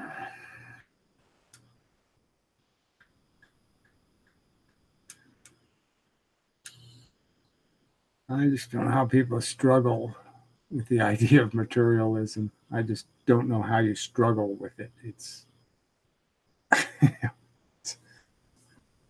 I can't imagine anything else. I don't know what that means. Two perpendicular directions in 2D, very many, if not infinite in 3D. That just doesn't make any sense at all. Sorry. There's lots of vectors in 2D. Just depends on how fine I dissect them. Adding these vectors, okay, certainly multiplies the choices by a lot. But why is that in any way magical? I don't understand why you think because I added a third dimension and that means it's like I could have a plane that this is on, you know, this magnifying glass, and there's a plane.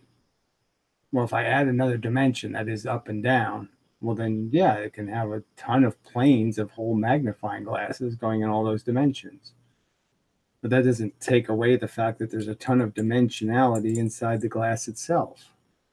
It just means there's more. So what?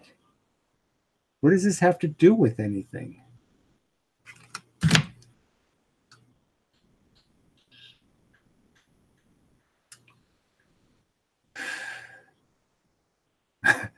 I mean, a sphere is more area, you know, than a circle. I mean, so? Did you get to the part where Rogan mentions the Feynman quote about understanding QM? No, I obviously didn't. I just got sick of playing it. I mean, it was all this free will shit. I mean, you know, I just don't know what's, you know, if they're just going to keep talking philosophy, I really just don't want to do a half hour of fucking absolute drivel.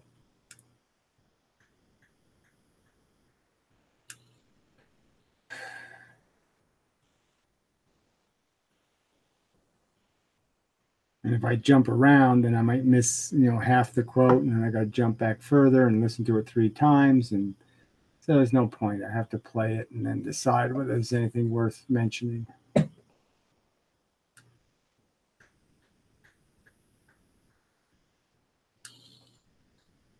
There's something to determine which perpendicular direction the particle will take. Yeah, again, you're just going to make it too complicated. It's a simple function. All right, for the photons, it's just kinetic, okay? It's just they have a vector, this has a vector, and they deflect by very specific rules like pool balls on a table or something. It's not complicated. With electrons, it's more complicated because the pressure between them will now deflect them. So that means there's the photon ping pong. So there are 2 tennis balls, and you have ping pong balls bouncing between the 2 tennis balls. And the tennis balls are coming towards each other. And as they're coming towards each other, the ping pong balls are bouncing between them. So it's a complexifying pressure. But how they go, where they go is set. It's a decided fact. It's not complicated in any way. It's completely physical.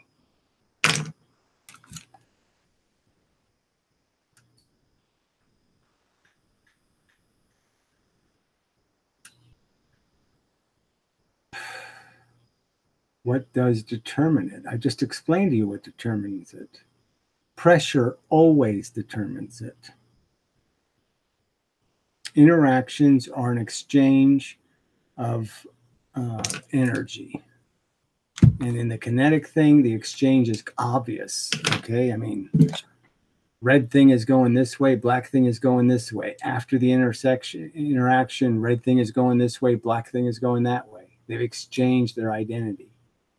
When the 2 electrons come at each other, they're exchanging their positions in space through the medium of the photon. And it's regulating their positions throughout the whole interaction.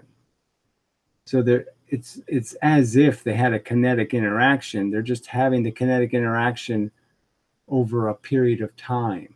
They're having a little bit here with the one little ping pong ball, and the little ping pong ball hit a little bit more kinetic interaction, and a little bit more kinetic interaction, and a little bit more kinetic interaction. So they're just spreading the kinetic action over a bunch of interactions. But it's just a kinetic interaction. It's just an exchange of energy. The photon hits this, it gives it a push, and the photon changes its direction. There's an exchange. A photon essentially going this way is exchanged for a photon going this way. Fuck.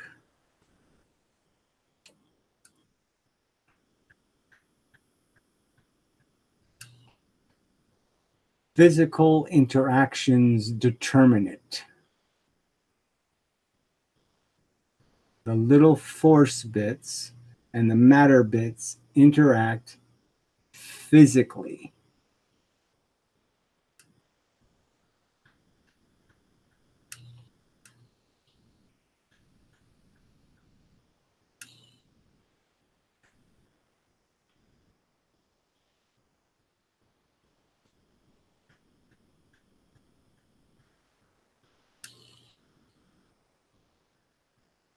I think I wrote down some stuff I was going to get to, but I'm not sure. Let's see. Front wires. Front wires. Front wires. This is funny. Oh, I have to tie the freaking electrical wires to the property up because trucks can't get through the driveway because the wires are sagging. Shouldn't be my problem. Let's see. The quote was, if you think you understand Q, yeah, everybody knows the quote. What's the big deal? I think you mentioned it yesterday, and that's what reminds me of the Sean Carroll video. Well, fine. Obviously, I'm not playing the clip, so there's no point in talking about it. I'm sure he had a glib answer of, the same generic crap where, oh, we understand the product of our equations. We just don't understand what went into our equations or something. I guess he means, how do you force them to not just accuse you of going, please interpret factor X in my favor? What are you talking about?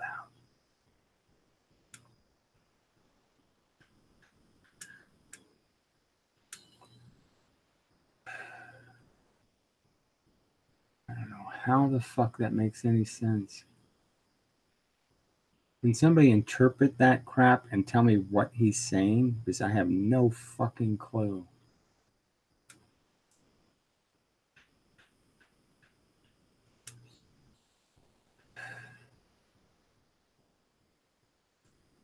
Oh, people are just, Jesus. It's like walking a toxic waste dump. I mean, it's just, I can't take a breath of fresh air ever. People are just one stinker after another.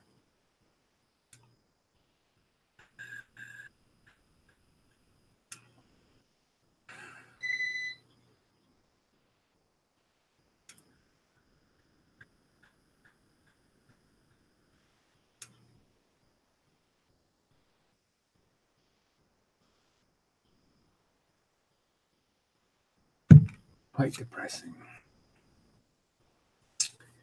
Don Carroll just plugs his own book in response. Well, yes, if you want to understand, read my book and it'll tell you some other reason why it's not an important question. Science isn't about answering anything or explaining anything. It's just about telling stories. I'm a great storyteller. That's where my Kermit the Frog voice comes in handy. Kermit was a great storyteller.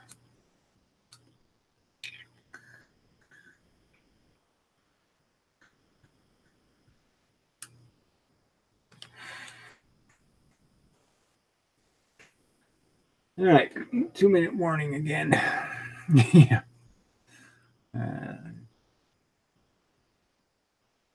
More better commenting, please.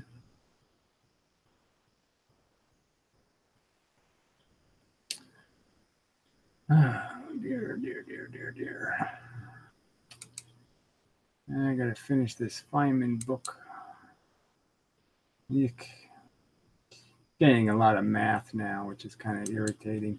It's just reading math is kind of, it's not much of a read math.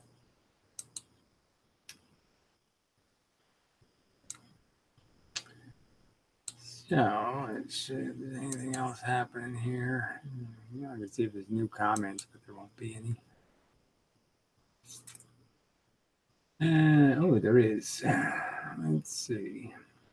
I fully understand that gravity lens is the wrong type of lens, wrong shape, but whatever.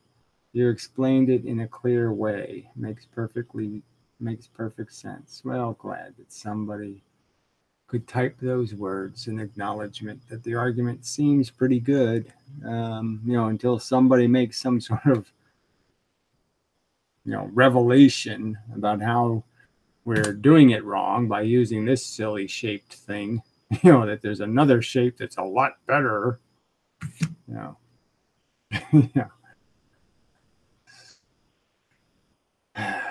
But there won't be, and like I said, the morons will continue to be unconvinced.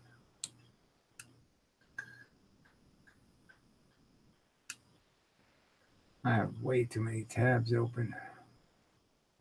Way too many. Well, we can probably get rid of this kind of stars bend light thing, yeah. Probably get rid of that. I don't think there were any other graphics of great importance, so yeah, we can close that. Oh, it's a little bit of progress. I really got to do the rest of these relativity videos. So got to catch up on those. But they're all getting kind of samey and stupid.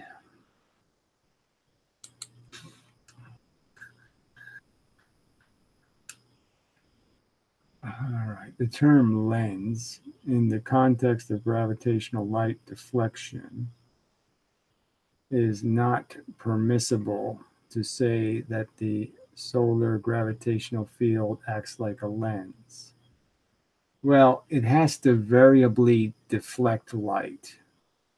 That is, it has to deflect it a lot on the outside and it has to deflect it a little on the inside. That's a fact. It's just a fucking fact. And that's exactly what lenses do. So it's just bullshit. Not permissible to say that the solar gravitational field acts like a lens. Well, in the sense that it doesn't diffract light, it bends it. The lens doesn't bend light. It diffracts it. That is, it changes its angle. It doesn't bend it into a new angle. For it has no focal length. Well, again, that makes absolutely no sense. For all the galactic images, that would make no sense. Because clearly there is a focus. Clearly images are conveyed. So the wiki page would have to be talking about all gravitational lensing excluding the galactic kind, because the galactic kind is obviously a focus. Now, Einstein rings, that's not a focus. I mean, it is, but it's a focus that's a millisecond thick. It's just amazing. They acknowledge that it is not a lens. Well, I don't know if that's a positive acknowledgement. It seems to me that's a huge evasion. Okay, and to argue there's no focal length is, again, insensibly silly. I mean, it just is. That doesn't make any sense. It has to. We can't collect the light without the focus. It has to collect the light to us.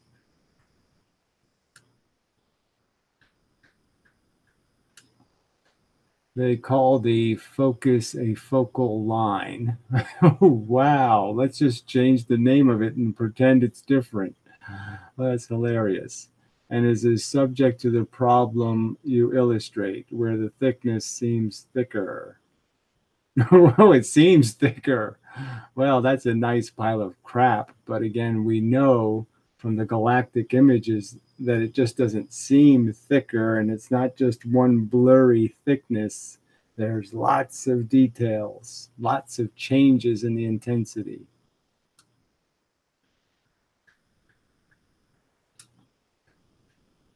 I don't know how they explain it. Who they explain it? How, I guess, yes. We need a W at the other end. Yeah, I should have gone to that page, I guess, and I didn't realize it was written that badly. I think I've read it before in the past. They show examples. So I'm just saying, how can they say this crap when they probably have an illustration of it, where there's plenty of stuff being focused. So, I mean, it's just such horse shit.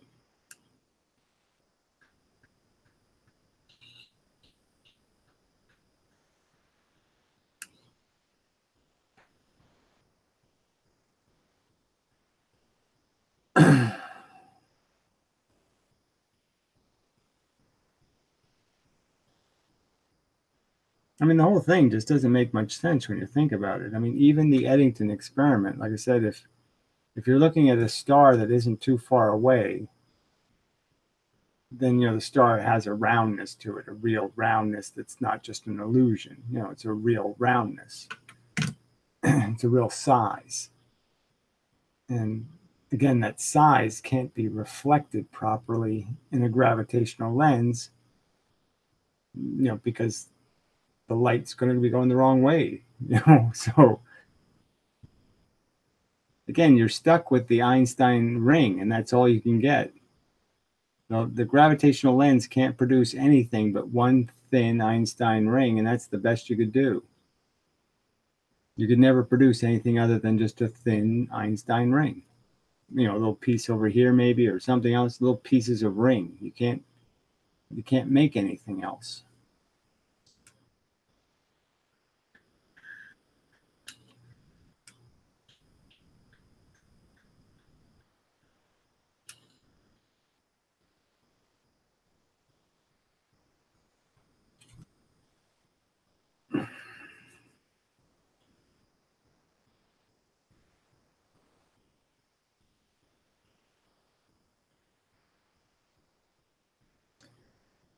Oh, yeah. I mean, the math is hopelessly broken. Just they can't. Where they see the bending is way too far away from gravity strong enough to bend the light. So it all just doesn't make any sense.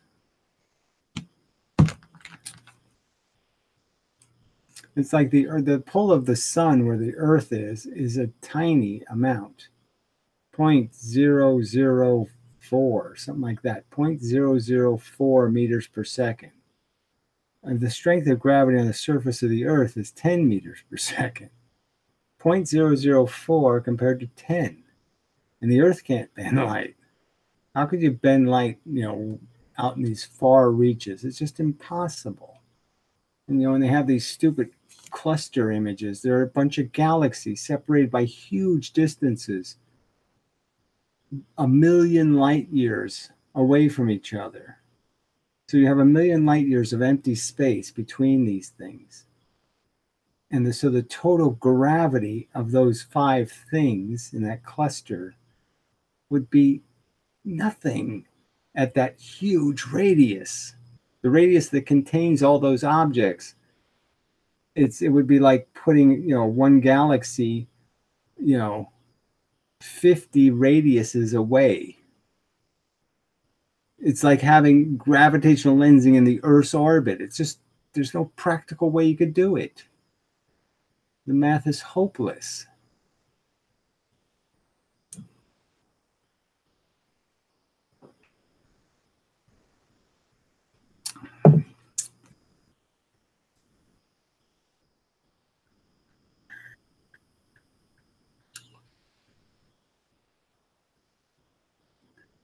No, it's just no, yeah, I don't know what it is. It's just no integrity to science at all. It just doesn't give a fuck about the truth.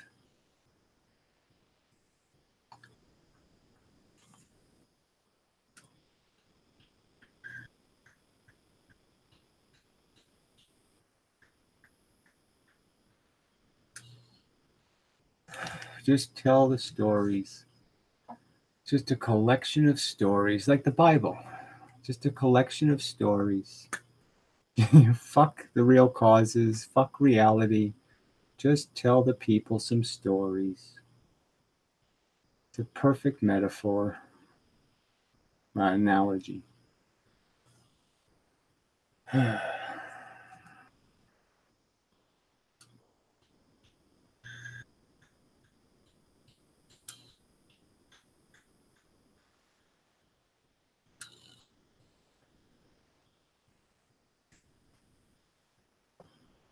All right, I really should get going. I really should have so much to do. I mean, I have all these experiments to do that I'm not doing. So I really have to get to it. I haven't heard from the Stephen Bro guy, so I don't know if life took a weird turn for him or something. But we'll see.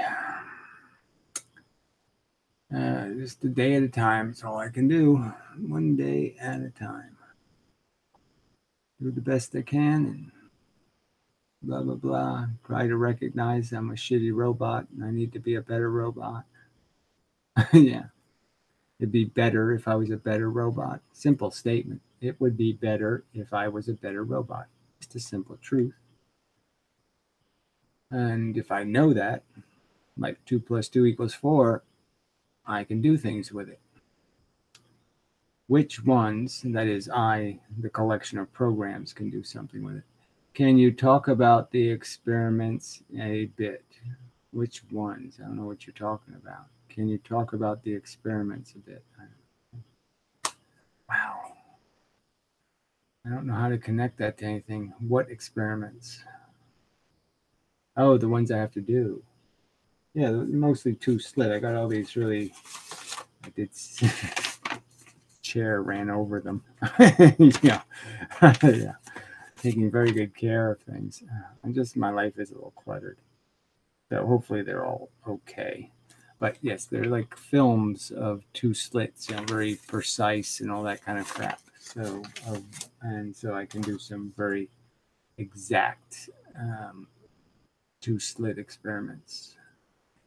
And I'm just going to do the obvious ones where I'm going to take the needle and then I'll take something a little thicker than a needle and then something a little thicker and a little thicker and document exactly how much the pattern changes and why it's changing. Provide an explanation for those changes.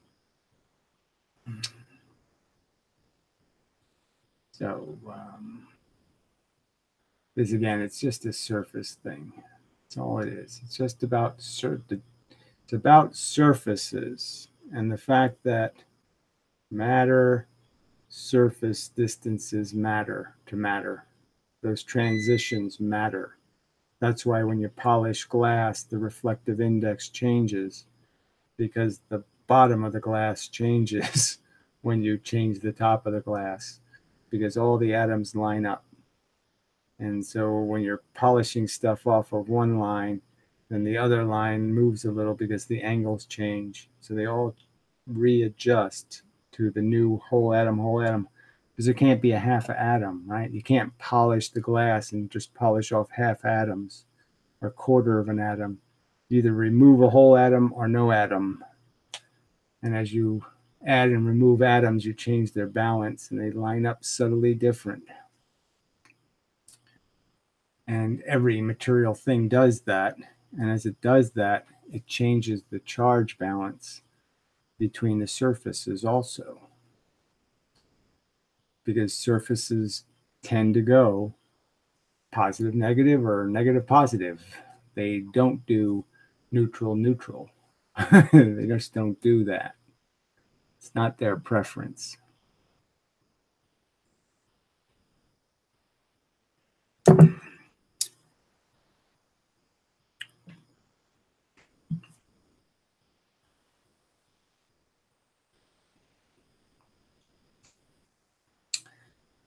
That's why lasers diverge eventually. The crooked, I don't know what that is. Demeby crooked lattice. Well, I think they diverge for another reason. It's because the electrons are releasing the photons, and the electrons are wobbly bits. So I think they're always jittering. And so when the photon is released, it can be released here or in the middle. You get it? It can be released in any one of those jitter positions. And so the photon has a irregularity of where it takes off from, just because the electron is already jittering.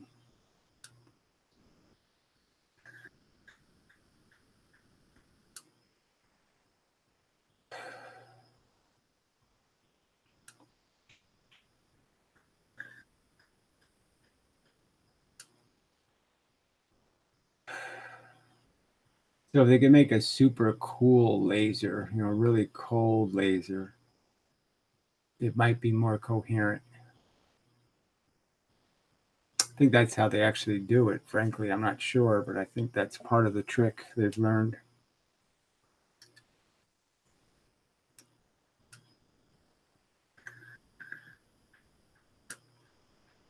I know for that LIGO thing, their key is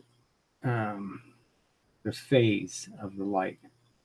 So they're trying to create like essentially a pulsed laser, but it's pulsed in the nanometer range. So they're trying to take all the fluctuation out of the phase of the laser so that every single photon is lined up and every single photon on all the frickin', so it's like 1 billion little tons, 1 billion little tons, very, very tight, no fluctuation in the phase.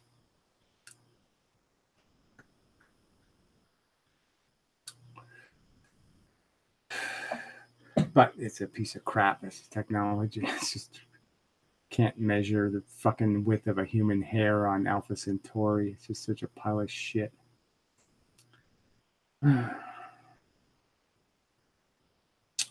Don't the lasers diverge because there's stuff in the way? Jesus. This 200 character limit in chat is nerve-wracking. No, they diverge in vacuum too. They just diverge.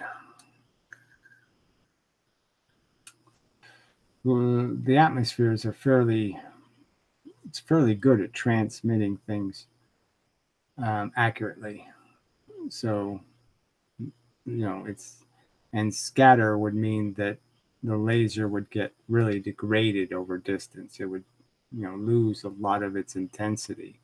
Now, of course, it does do some of that from scatter, hitting dirt, hitting water molecules, hitting things that aren't as transparent as the atmosphere itself. But it's not the atmosphere that diverges the light. The light leaves the laser a little crookedy.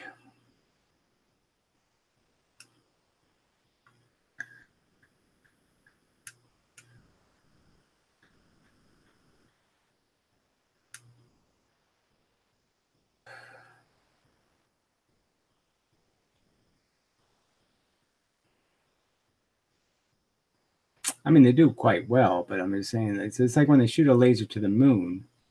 It's this incredibly intense laser beam. But by the time it hits the moon, it's like 400 yards or something. It's like a quarter mile, half mile round.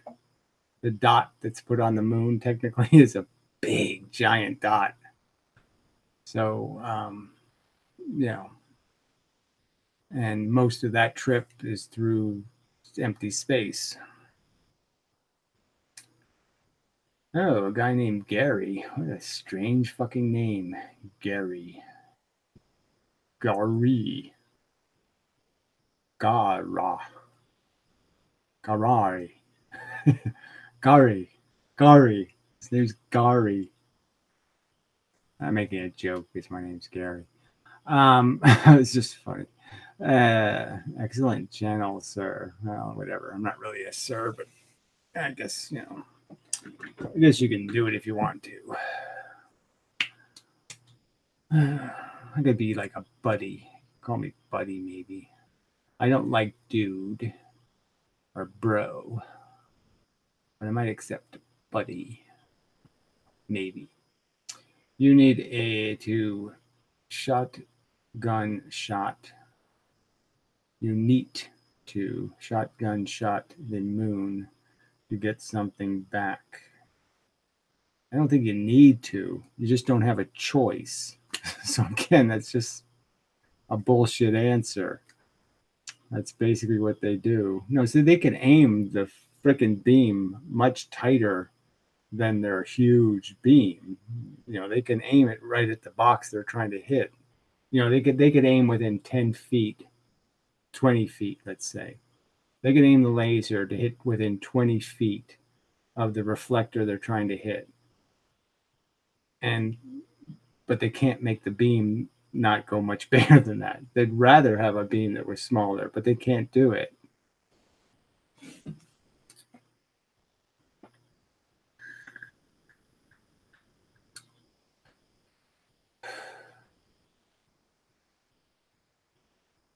So the funny thing is that the lasers they're sending now are so intense that actually they can get some light back by just hitting the moon without hitting the reflector. You know, so they are sending a lot of energy to the moon, but obviously they get a much better signal if they actually hit the reflector. 20 feet question mark. Nah, I gotta look it up. Well, I saw the telescope lady doing it. I'm just saying, you know, they really do have this all precisely timed. They know exactly where the damn reflector is. They know exactly where to aim. And so I'm just saying they got it nailed pretty much. So, yeah, you know, 20 feet, maybe that's tighter than it really is. Maybe it's 40 or 50, or maybe it's 50 meters. I don't know. You know, I'm not going to say for sure, but I just know it's all, you know, they just punch it in the damn computer and it knows where the shit is, and it just, you know, it hits the spot. I mean, you know, it can hit the spot.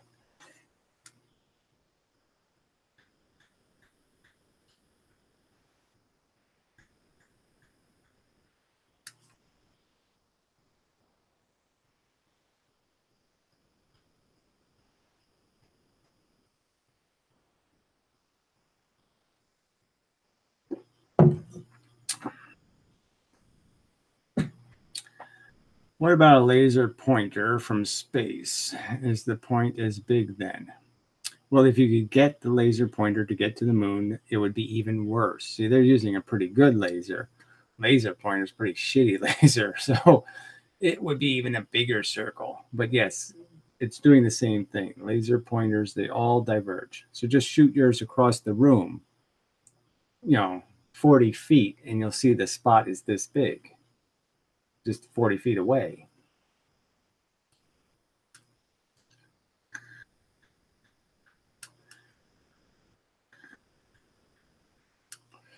I mean, it just depends on the quality of the laser.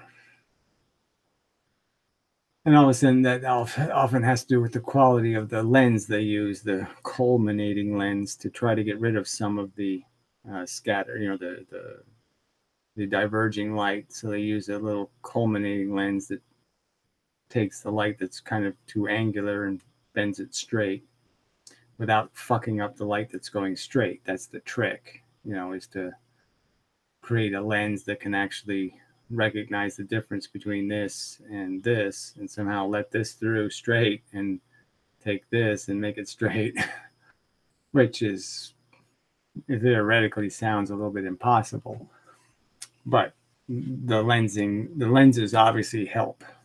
You know, I don't know how much percentage they help, but they help. And laser pointers have little crappy plastic lenses, so they're probably not terribly efficient.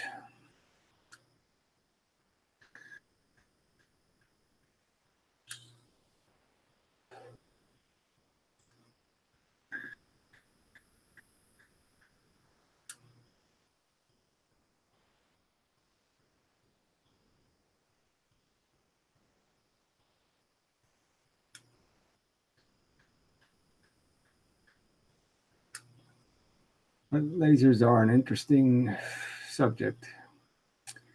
Technically these, light emitting diodes are kind of a cheat version of a laser, because from what I understand, they're sort of taking advantage of the fact that the regular diode, they're sort of taking advantage of leakage out the side of the silicone. So it's like it's supposed to be lasing this way, and the light's coming out of the side of the silicone. So it's like taking a piece of glass, and you shine the light in here, and some of it comes out the side. And because of the way they maximize these errors, they can make more light come out of the side than actually comes out of the top. Something like that.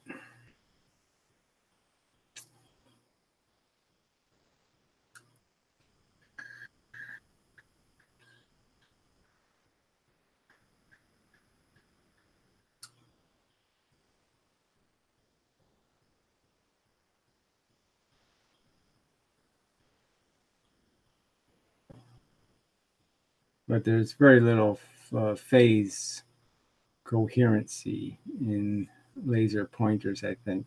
See, the old lasers used to be run at kind of a high voltage at a high frequency. So they were basically pulse lasers. So you had little pulses of light. And diodes, I think, are still pulsing, but I don't think the phase is very consistent in the beam.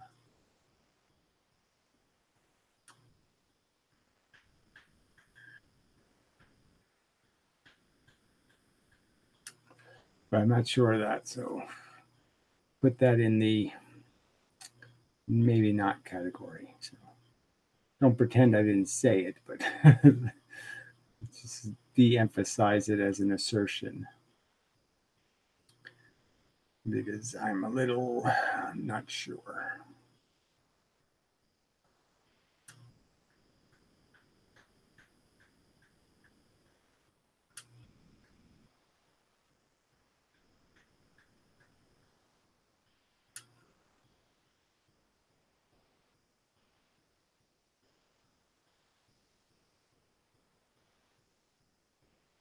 All right, 2-minute warning again.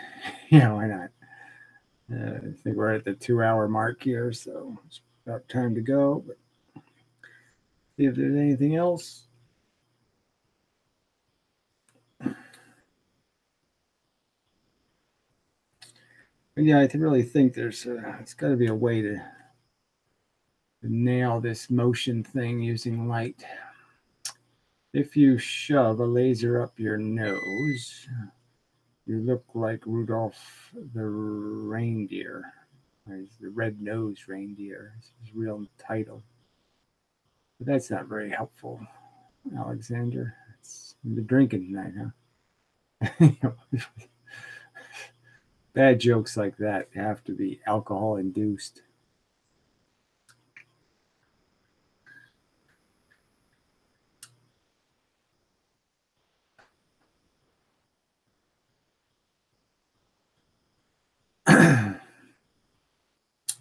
I have to admit, I've never tried shoving a laser up my nose. But I wonder, might be interesting to see if you can do skin, like how much radiation you can pass through skin, layers of skin, to see defects or something.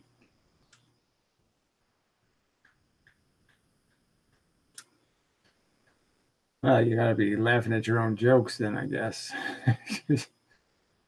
I know. I can only laugh at them, so to speak. Anyway, dem phrase, it's as an assertion. De-emphasize it as an assertion. You can put that in just about any of my comments. Okay. I mean, if I understood some of your comments, I could do that, but I have to first put them in the what the fuck category. So they go there first.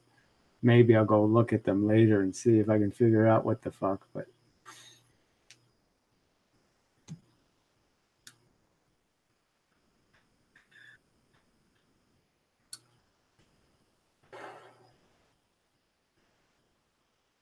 Yes, well, I suppose there is a distinction between radiating red light and just reflecting red light. So, broken blood vessels won't be quite the same as radiating light.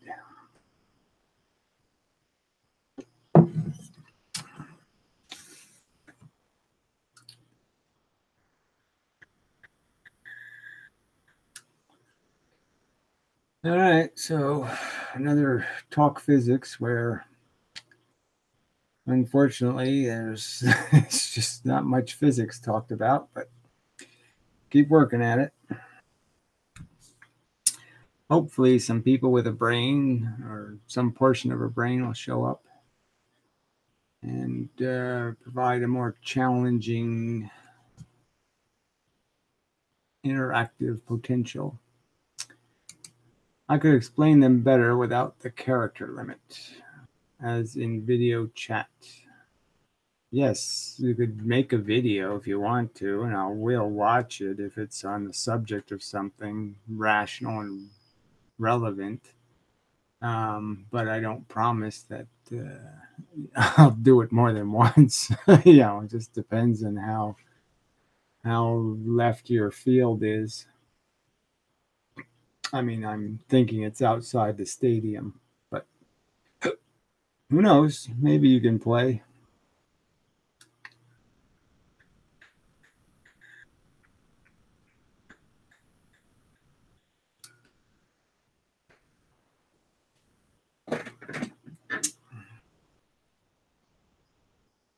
All right. Let's see, I could make a laser pointing joke. See if you can point straight. Anyway, make a straight point. Anyway. All right. So I think that's it. So will it be the next time and such and so forth and whatnot. And try to do better, but I can only do what the material provides, mostly. So anyway, till next time.